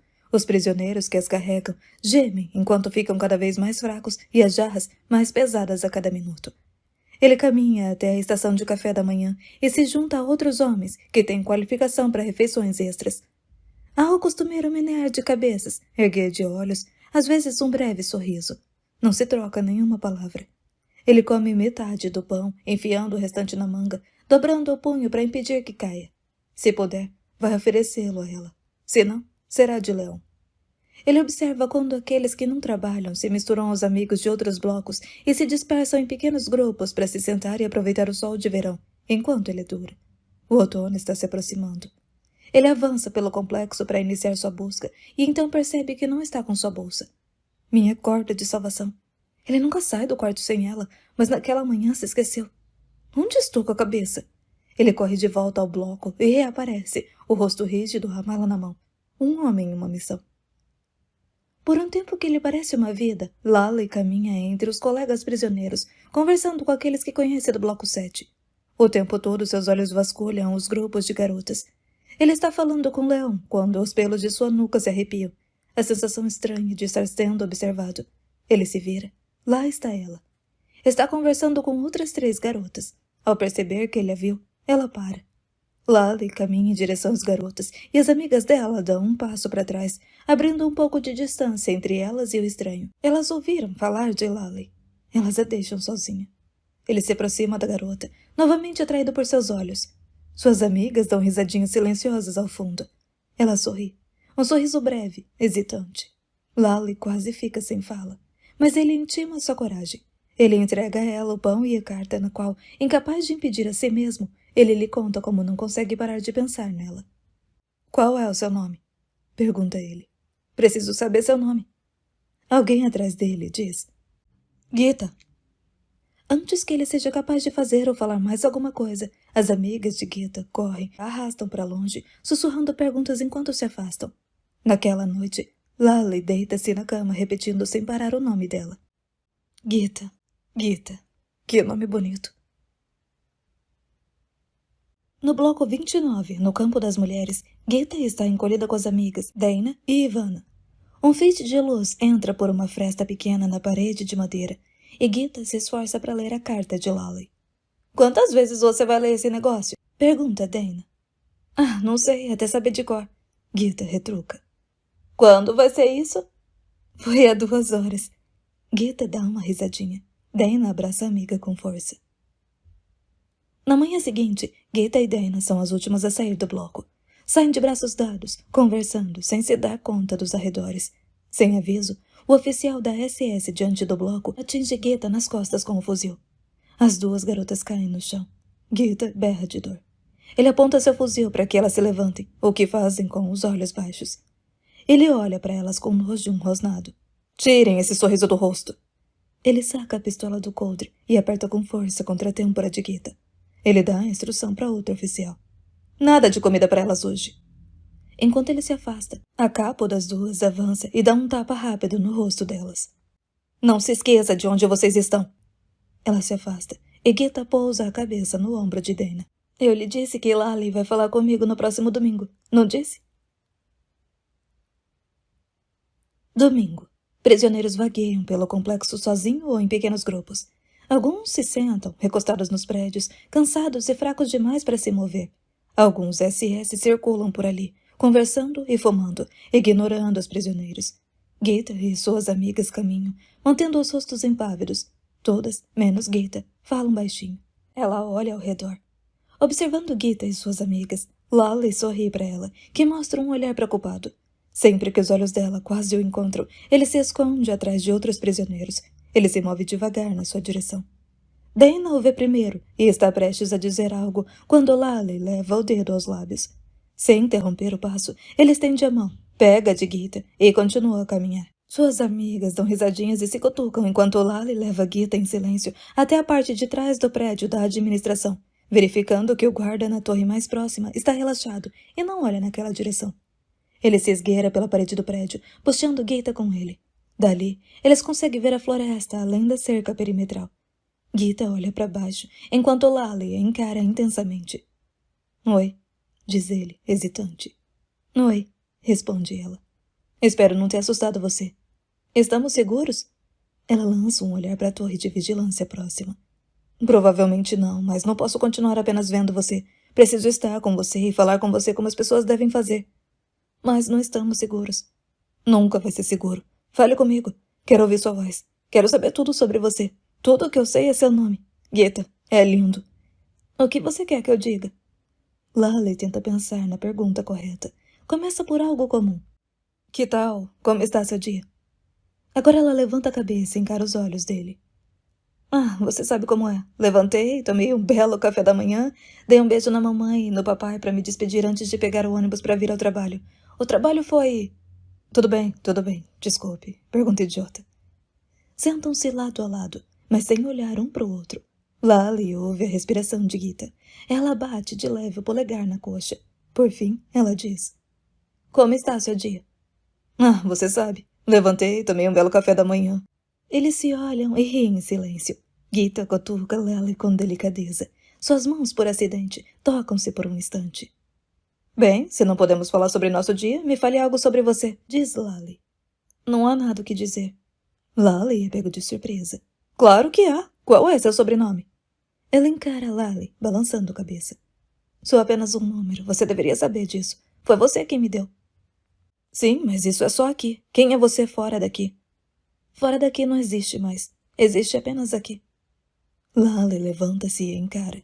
Meu nome é Ludovic Eisenberg, mas todo mundo me chama de Lally. Sou de Krompach, Eslováquia. Tenho mãe, pai, um irmão e uma irmã. Ele faz uma pausa. Agora é sua vez. Desafiadora, Gita fita os olhos dele. Sou a prisioneira 4562 em Birkenau, Polônia. A conversa se esvai em um silêncio inquietante. Ele a observa, seus olhos baixos.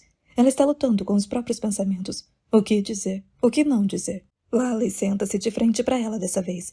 Estende a mão como se fosse pegar a tela, mas recua. Não quero chatear você, mas me prometa uma coisa.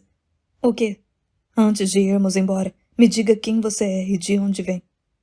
Ela fita os olhos dele. Sim, prometo. Por ora, fico feliz com isso. Então, eles mandaram você para trabalhar no Canadá? Gita assente com a cabeça. É bom lá? É bom, mas os alemães juntam todos os pertences dos prisioneiros. Comida podre misturada com as roupas e o mofo. Odeio encostar nele e fede. Fico feliz por você não estar lá fora. Falei com alguns homens que conhecem garotas de seu vilarejo que também trabalharam no Canadá. Dizem que encontram joias e dinheiro a todo momento. Ouvi falar disso. Parece que só encontro pão mofado.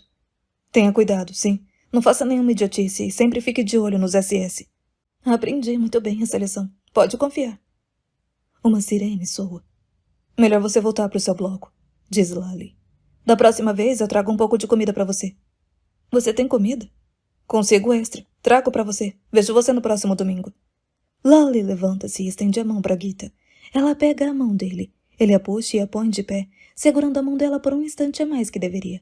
Não consegue tirar os olhos dela. Temos que ir. Ela interrompe o contato visual, mas mantém o encanto sobre Lally, com um sorriso que faz os joelhos dele vacilarem. Capítulo 6. Semanas se passam. As árvores que cercam o campo soltaram as folhas. Os dias se tornaram mais curtos conforme o inverno avança. Quem são essas pessoas? Lally tem feito essa pergunta desde que chegou ao campo. Esses grupos de pessoas que trabalham nas obras, que aparecem todos os dias com roupas de civis, nunca são vistas quando as ferramentas são largadas. Mas animado depois de passar um tempo com Gita, Lally tem certeza de que pode falar com alguns dos homens sem irritar a SS e levar um tiro por isso. E está com seu escudo em forma de mala. Lally caminha tranquilamente em direção a um dos prédios novos de alvenaria em construção. Não parecem ser blocos para abrigar prisioneiros, mas hoje Lally não se preocupa em saber para que serão usados. Ele se aproxima de dois homens, um mais velho do que o outro, ocupados em construir, e se agacha ao lado de uma pilha de tijolos que serão assentados. Os dois homens o observam com atenção, diminuindo o ritmo do trabalho. Lally pega um tijolo e finge analisá-lo. Não entendo, diz baixinho. O que você não entende? Pergunta o mais velho. Sou judeu. Eles me marcaram com uma estrela amarela. Ao meu redor vejo presos políticos, assassinos e preguiçosos que não trabalham. E tem você, que não tem nenhuma marca. Isso não dá sua conta, judeu, diz o mais jovem, que não passa de um garoto. Só estou sendo simpático, sabe como é? Estou analisando o meu ambiente e fiquei curioso em relação a você e a seus amigos. Eu me chamo Lally. Suma daqui, diz o jovem. Acalme-se, garoto. Não se incomode com ele, diz o mais velho a Lally, a voz rouca por fumar demais. Eu me chamo Victor. O tagarela aqui é meu filho, Yuri. Victor estende a mão, que Lally aperta. Lally estende a mão a Yuri, mas ele não o cumprimenta. Vivemos aqui perto, Victor explica. Por isso viemos trabalhar aqui todo dia. Só quero entender direito. Vocês vêm aqui todo dia porque querem? Ou melhor, vocês recebem para estar aqui? Yuri se impertiga. Isso mesmo, judeu. Nós recebemos e vamos para casa toda noite. Vocês... Eu mandei se calar, Yuri. Não está vendo que o homem só está sendo simpático? Obrigado, Victor. Não estou aqui para causar problema, como eu disse. Só estou observando.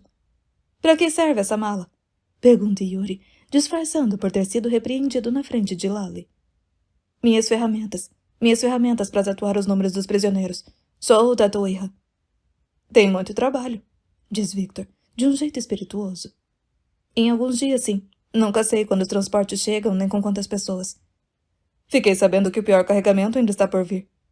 Está preparado para me contar? Esta construção, vi as plantas. Você não vai gostar de saber o que são. Com certeza não pode ser pior do que já acontece aqui. Lally fica de pé, buscando apoio na pilha de tijolos. Chama-se Crematório 1, diz Victor, baixinho, e desvia o olhar. Crematório 1. Existe chance de haver um segundo? Desculpe, eu disse que você não ia gostar de saber.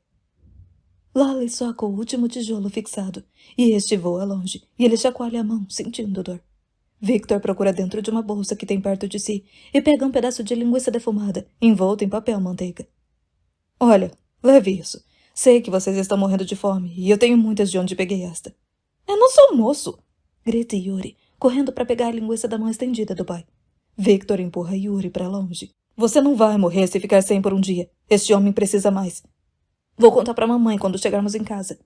Você deve torcer para eu não contar para ela sobre a sua atitude. Você tem muito a aprender sobre ser civilizado, garoto. Que seja a sua primeira lição. Lally ainda não pegou a linguiça. Desculpe, eu não queria causar problemas. Pois causou, grita Yuri, petulante. Não causou, não, diz Victor. Lally, pegue a linguiça e venha nos ver de novo amanhã. Terei mais para você. Droga, se pudermos ajudar só um de vocês, ajudaremos. Não é, Yuri? Relutante, Yuri estende a mão a Lally, que aceita. Salve o escolhido, salve o mundo, diz Lally, bem baixinho, mais para si mesmo do que para os outros. Não posso ajudar todos vocês. Lally aceita o alimento. Não tenho nada com que retribuir. Não tem problema? Obrigado, mas deve haver um modo com que eu possa pagar. Se eu encontrar um jeito, pode conseguir alguma outra coisa, como chocolate? Ele queria chocolate. É o que se dá a uma garota quando possível. Tenho certeza de que podemos dar um jeito. É melhor você ir. Tem um oficial começando a prestar atenção em nós. Até mais, diz Lally ao enfiar a linguiça em sua bolsa. Poucos flocos de neve caem ao redor dele enquanto ele volta para o seu bloco. Os flocos refletem os últimos raios do sol, iluminados de modo a fazer com que ele se lembre de um caleidoscópio com que brincava na infância.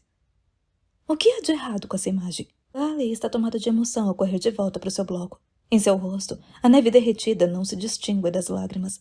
O inverno de 1942 começou. De volta ao seu quarto, Lally pega o pedaço de linguiça e o divide cuidadosamente em pedaços iguais. Rasga tiras de papel manteiga e embrulha cada pedaço com firmeza antes de colocá-los de novo dentro da bolsa. Ao chegar ao último pedaço, Lally para e analisa o pacote pequeno e satisfatório de comida. Ao lado dele, ali perto de seus dedos sujos.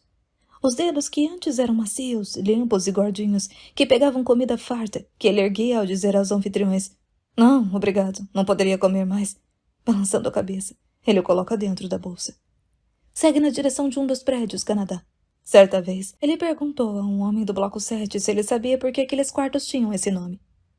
As moças que trabalham lá sonham com um lugar distante onde há fartura de tudo e onde a vida pode ser o que elas querem que seja. Elas decidiram que o Canadá é esse lugar. Lally conversou com algumas garotas que trabalhavam naquele Canadá. Já conferiu todo mundo saindo muitas vezes e sabe que Gita não trabalha ali. Há outras construções às quais ele não tem acesso fácil. Ela deve trabalhar em uma delas. Ele vigia duas garotas com quem já conversou, caminhando juntas. Enfia a mão na bolsa, pega 2 pacotinhos e se aproxima delas, sorrindo. Ele se vira e caminha ao lado delas. Quero que vocês abram uma das mãos, mas devagar. Vou dar um pedaço de linguiça para cada uma. Abram o embrulho apenas quando estiverem sozinhas. As 2 moças obedecem, sem parar de caminhar, com os olhos atentos a algum oficial da SS que pudesse estar de olho. Assim que pegam o embrulho, cruzam os braços diante do peito, tanto para se manter aquecidas, quanto para proteger o presente. Meninas, soube que às vezes vocês encontram joias e dinheiro. É isso mesmo? As mulheres se entreolham. Não quero colocá-las em risco, mas vocês acham que haveria como pegar um pouco para mim? Uma delas diz com nervosismo. Não deve ser muito difícil. Os homens que cuidam de nosso bloco não prestam mais muita atenção em nós. Acham que somos inofensivas. Ótimo. Peguem o que puderem, sem causar suspeita. E com isso vou poder comprar para vocês e para os outros alimentos como essa linguiça. Você acha que conseguiria um pouco de chocolate? Pergunta uma delas, com os olhos brilhando. Não posso prometer, mas vou tentar. Lembrem-se, só pequenas quantidades por vez. Vou tentar voltar amanhã à tarde. Se eu não voltar, há algum lugar seguro onde vocês podem esconder coisas até eu poder entrar em contato? Não, em nosso bloco. Não podemos fazer isso. Somos revistadas o tempo todo.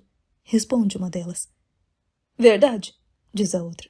A neve está se acumulando na parte de trás de nosso bloco. Podemos envolver as coisas em um trapo e escondê-las na neve quando formos ao banheiro. Sim, isso é possível, diz a primeira. Não podem dizer a ninguém o que estão fazendo, nem de onde estão conseguindo os alimentos, está bem? Isso é muito importante. Suas vidas dependem de seu silêncio. Entenderam? Uma das moças estende o dedo à frente da boca fechada.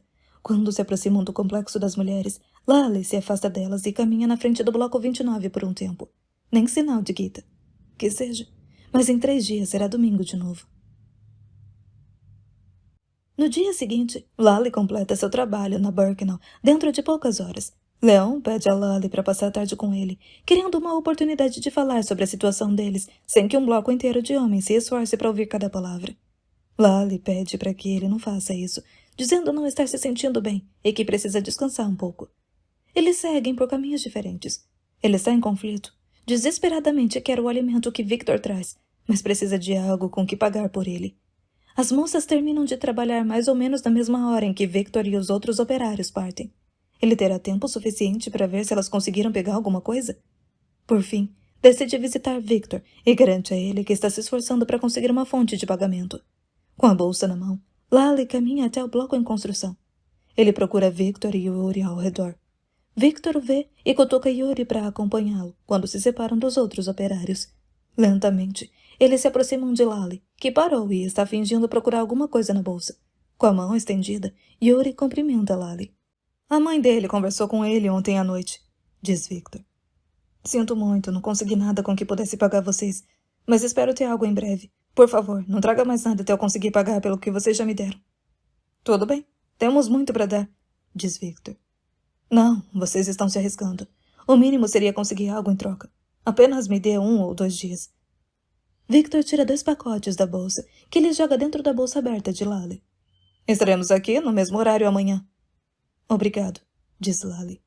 Até mais, diz Yuri, o que faz Lale sorrir. Até mais, Yuri. Em seu quarto, Lale abre os pacotes, linguiça e chocolate. Ele leva o chocolate ao nariz e cheira. Mais uma vez, parte a comida em pedaços pequenos para que fique mais fácil para as moças esconderem e distribuírem. Ele espera muito que elas sejam discretas. Não quer nem pensar nas consequências se elas não forem. Guarda uma quantidade pequena de linguiça para o bloco 7. A sirene de largar ferramentas interrompe seus esforços obsessivos para que cada pedaço do alimento seja exatamente do mesmo tamanho. Joga tudo dentro da bolsa e desce correndo em direção ao Canadá. Não muito longe do complexo das moças, Lale encontra suas 2 amigas. Elas veem que ele se aproxima e diminuem o passo, e ficam atrás do grupo de moças que vão para casa. Ele segura o pacote de comida em uma das mãos, a bolsa aberta na outra, e passa entre as garotas. Sem olhar para ele, cada uma delas joga algo em sua bolsa e ele coloca os alimentos nas mãos delas, que elas enfiam nas mangas. Lale e as moças se afastam na entrada do complexo das mulheres. Lale não sabe o que vai encontrar nos 4 pedaços de trapos que coloca sobre a cama. Ele os abre delicadamente. Ali dentro há moedas e notas de zloty polonês, diamantes, avulsos, rubis e safiras, além de anéis de ouro e prata com pedras preciosas. Lale dá um passo para trás, batendo na porta atrás de si. Está se retraindo ao pensar na triste procedência desses objetos, cada um relacionado a um acontecimento importante na vida de seu dono anterior. Também teme por sua segurança. Se for descoberto com esse tesouro, certamente será morto. Um barulho do lado de fora faz com que ele jogue as joias e o dinheiro dentro da bolsa de novo e se deite na cama. Ninguém entra. Por fim, ele se levanta e leva a bolsa consigo ao sair para a refeição da noite. No refeitório, ele não deixa a bolsa aos pés, como sempre, mas a segura com uma das mãos, tentando não parecer estranho demais. Desconfia de que não consegue. Mais tarde, separa as pedras preciosas do dinheiro, as pedras soltas das joias, enrolando-as separadamente nos trapos em que vieram. A maior parte do tesouro ele empurra para baixo do colchão. Mantém um rubi e um anel de diamante na bolsa. Às 7 da manhã seguinte, Lale permanece perto dos portões do complexo principal enquanto os operários locais entram. Ele vai até Victor e abre a mão, revelando um rubi e o anel. Victor fecha a mão em cima da de Lally em um cumprimento, pegando as joias na palma da mão. A bolsa de Lally já está aberta e Victor rapidamente transfere alguns pacotes para dentro dela. A aliança entre eles agora está selada. Victor sussurra. Feliz Ano Novo. Lally se afasta e a neve agora cai pesada, cobrindo o campo. O ano de 1943 começou. Capítulo 7. Embora faça um frio intenso e o complexo esteja uma confusão de neve e lama, Lally está otimista. É domingo. Lally e Gita estarão entre as almas corajosas que caminham no complexo na esperança de um encontro fugaz, uma palavra, um toque de mão. Ele caminha de um lado para o outro, buscando Gita, enquanto tenta afastar o frio dos ossos. Anda na frente do campo das mulheres com a frequência que consegue sem levantar suspeitas. Várias garotas saem do bloco 29, menos Gita. Quando ele está prestes a desistir, Dana aparece olhando ao redor no complexo. Ao identificar Lally, ela corre até ele. Gita está doente, diz ela, assim que se aproxima. Está doente, Lally, não sei o que fazer. Em pânico, o coração dele sobe à garganta ao se lembrar do carrinho dos mortos, da vida por um triz, do homem que cuidou dele até melhorar. Preciso vê-la. Não pode entrar. Nossa capa está num humor terrível. Quer chamar os SS e pedir para levarem Gita embora. Não pode permitir, não deixe que a levem. Por favor, Dana, diz Lally. O que ela tem? Você sabe? Achamos que é tifo, perdemos várias garotas do nosso bloco essa semana. Então ela precisa de remédio. E onde vamos arrumar remédio, Lally? Se formos ao hospital pedir um pouco, eles vão simplesmente levá-la embora. Não posso perdê-la. Perdi minha família inteira. Por favor, você pode nos ajudar? Suplica, Dana. Não a leve ao hospital. Não importa o que faça, não vá para lá. A mente de Lally está acelerada. Ouça, Dana. Vai levar alguns dias, mas vou tentar conseguir remédio. Um torpor toma conta dele. Sua visão fica turva. O coração palpita. Você precisa fazer o seguinte. Amanhã pela manhã, leve-a do jeito que você puder. Carregue, arraste, sei lá. Mas leve-a até o Canadá. Esconda entre as roupas durante o dia. Tente fazer com que ela beba o máximo de água que puder. Depois a traga de volta ao seu bloco para a chamada. Precisa fazer isso por alguns dias até eu conseguir o remédio, mas precisa fazê-lo. É a única maneira de impedir que ela seja levada ao hospital. Agora vá e cuide dela. Tudo bem, posso fazer isso. Ivana vai ajudar, mas ela precisa do remédio. Ele agarra a mão de Dana. Diga a ela. Dana espera. Diga que vou cuidar dela. Lally observa Dana correr de volta ao bloco. Ele não consegue se mover. Pensamentos arrastam-se por sua mente. O carrinho da morte que ele vê todo dia. Maria Preta, como o chamam. Ela não pode terminar lá. Esse não pode ser o destino dela. Ele olha ao redor para as almas corajosas que se aventuraram ali fora. Imagina-as caindo na neve e deitadas ali, sorrindo para ele, agradecidas à morte por tê-las tirado daquele lugar. Você não vai levá-la. Não vou deixar que você a tome de mim. Ele grita. Os prisioneiros afastam-se dele. Os SS preferiram ficar dentro dos prédios naquele dia gélido e escuro. E logo Lally se vê sozinho, paralisado pelo frio e pelo medo. Por fim, ele começa a se mover. A mente reúne-se ao restante do corpo, e ele sai aos tropeços até seu quarto e desmaia na cama. Na manhã seguinte, a luz do dia se esgueira para dentro do quarto, que parece vazio, até de si mesmo. Olhando para baixo lá de cima, ele não se vê. Uma experiência fora do corpo. Aonde eu fui? Preciso voltar. Tem uma coisa importante a fazer. A lembrança do encontro do dia anterior com Dana o traz de volta à realidade com um solavanco. Ele pega a mala, as botas, joga um cobertor sobre os ombros e corre do quarto até os portões principais. Não vê quem está ao redor.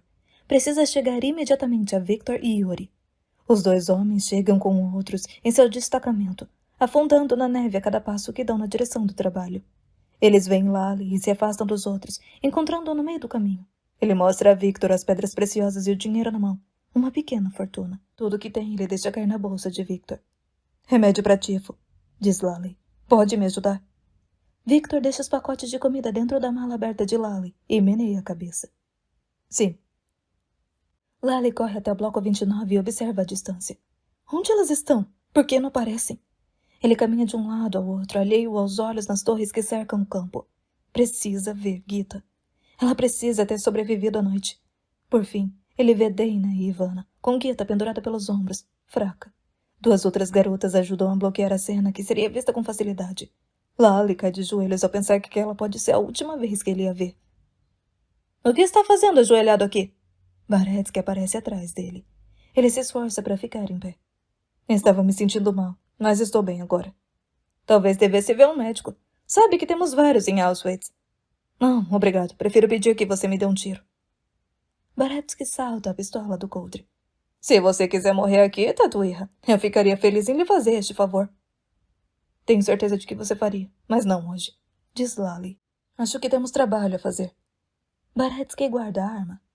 Auschwitz, diz ele, quando começa a caminhar. E devolva esse cobertor onde você encontrou. Está ridículo. Lali e Leon passam a manhã em Auschwitz, tatuando números em recém-chegados assustados e tentando aliviar o choque do procedimento. Mas a mente de Lali está em Gita, e várias vezes ele pressiona forte demais. À tarde, quando o trabalho termina, Lali se apressa para voltar a Birkenau. Ele encontra Dana perto da entrada do bloco 29 e lhe dá todo o seu café da manhã. Fizemos uma cama para ela com roupas, comenta Dana, enquanto esconde a comida nas mangas improvisadas da camisa. E lhe demos água com pedaços de neve derretidos. Nos a levamos de volta ao bloco essa tarde, mas ela ainda está muito mal. Lali aperta a mão de Dana. Obrigado. Tente dar um pouco de comida para ela. Amanhã terei os remédios. Ele parte, sua mente em turbilhão. Eu mal conheço Gita, mas como vou poder viver se ela não sobreviver? Naquela noite, o sono lhe escapa. Na manhã seguinte, Victor coloca o remédio junto com a comida na bolsa de Lali. Naquela tarde, ele consegue entregá-lo a Dana. À noite, Dana e Ivana sentam-se ao lado de Gita, agora totalmente inconsciente. O poder do Ti foi mais forte que elas. A imobilidade obscura tomou-a por completo. Conversam com ela, mas ela não dá sinal de que as ouve. De um pequeno frasco, Dana põe várias gotas do líquido na boca de Gita, enquanto Ivana a mantém aberta. Acho que não consigo mais levá-la para o Canadá, comenta Ivana, exausta. Ela vai melhorar, insiste Dana. Só mais alguns dias. Onde Lali consegue remédio? Não precisamos saber. Só sermos gratas por ele ter conseguido. Não acha que é tarde demais? Não sei, Ivana. Vamos aguentar firme e fazer com que ela sobreviva à noite. Na manhã seguinte, Lali observa a distância quando Gita é de novo levada na direção do Canadá. Ele vê sua tentativa de erguer a cabeça em algumas ocasiões e fica radiante com a visão. Agora, precisa procurar Baretsky. O quartel principal dos oficiais da SS fica em Auschwitz. Há apenas um pequeno prédio para eles em Birkenau, e é lá que Lali vai na esperança de encontrar Baretsky indo ou voltando. Ele aparece depois de muitas horas e parece surpreso em ver que Lali o aguarda. Não tem trabalho suficiente para você, hein? Pergunta Baretsky. Tenho um favor a pedir, diz Lali de uma vez. Baretsky estreita os olhos. Não vou fazer mais favor nenhum. Talvez um dia eu possa fazer algo por você. Baretsky gargalha. O que você poderia fazer por mim? Nunca se sabe, mas não lhe agrada que eu lhe deva um favor, só para garantir? Baretsky suspira. O que você quer? É Gita, sua namorada. Pode fazer com que a transfiram do Canadá para o prédio da administração? Por quê? Quer levá-la para onde há aquecimento? Sim. Baretsky bate o pé algumas vezes. Talvez eu precise de um dia ou dois, mas vou ver o que posso fazer, mas não prometo. Obrigado. Me deve essa, Tatuíra. O sorriso volta quando ele acaricia seu cacetete. Me deve essa. Com mais ousadia do que sente ter, Lali diz. Ainda não, mas espero que sim. Ele se afasta com passos alegres. Talvez ele possa deixar a vida de Gita um pouco mais suportável. No domingo seguinte, Lali caminha lentamente ao lado de Gita, que está se recuperando. Ele quer pôr o braço ao redor dela, como viu Dana e Ivana fazendo, mas não ousa. Já é muito bom estar perto dela. Não demora para que ela fique exausta, e está frio demais para se sentar. Ela usa um longo casaco de lã, sem dúvida algo de que as garotas se apropriaram do Canadá, sem objeção dos SS. Tem bolsos fundos, e Lali os enche de comida antes de levá-la de volta ao bloco para descansar. Na manhã seguinte, Gita, trêmula, é escoltada ao prédio principal da administração por um oficial da SS. A jovem não foi avisada de nada e automaticamente teme o pior. Esteve doente e agora estava fraca. É óbvio que as autoridades decidiram que ela não era mais útil. Enquanto o oficial fala com o colega mais velho, Gita olha ao redor da grande sala. Está cheia de mesas verdes antigas e armários de arquivo. Oi, tô de volta. E aí, gostou do capítulo? Se quiser ouvir o livro completo, entra no nosso grupo prêmio no Telegram. Te espero lá. Beijo, até mais.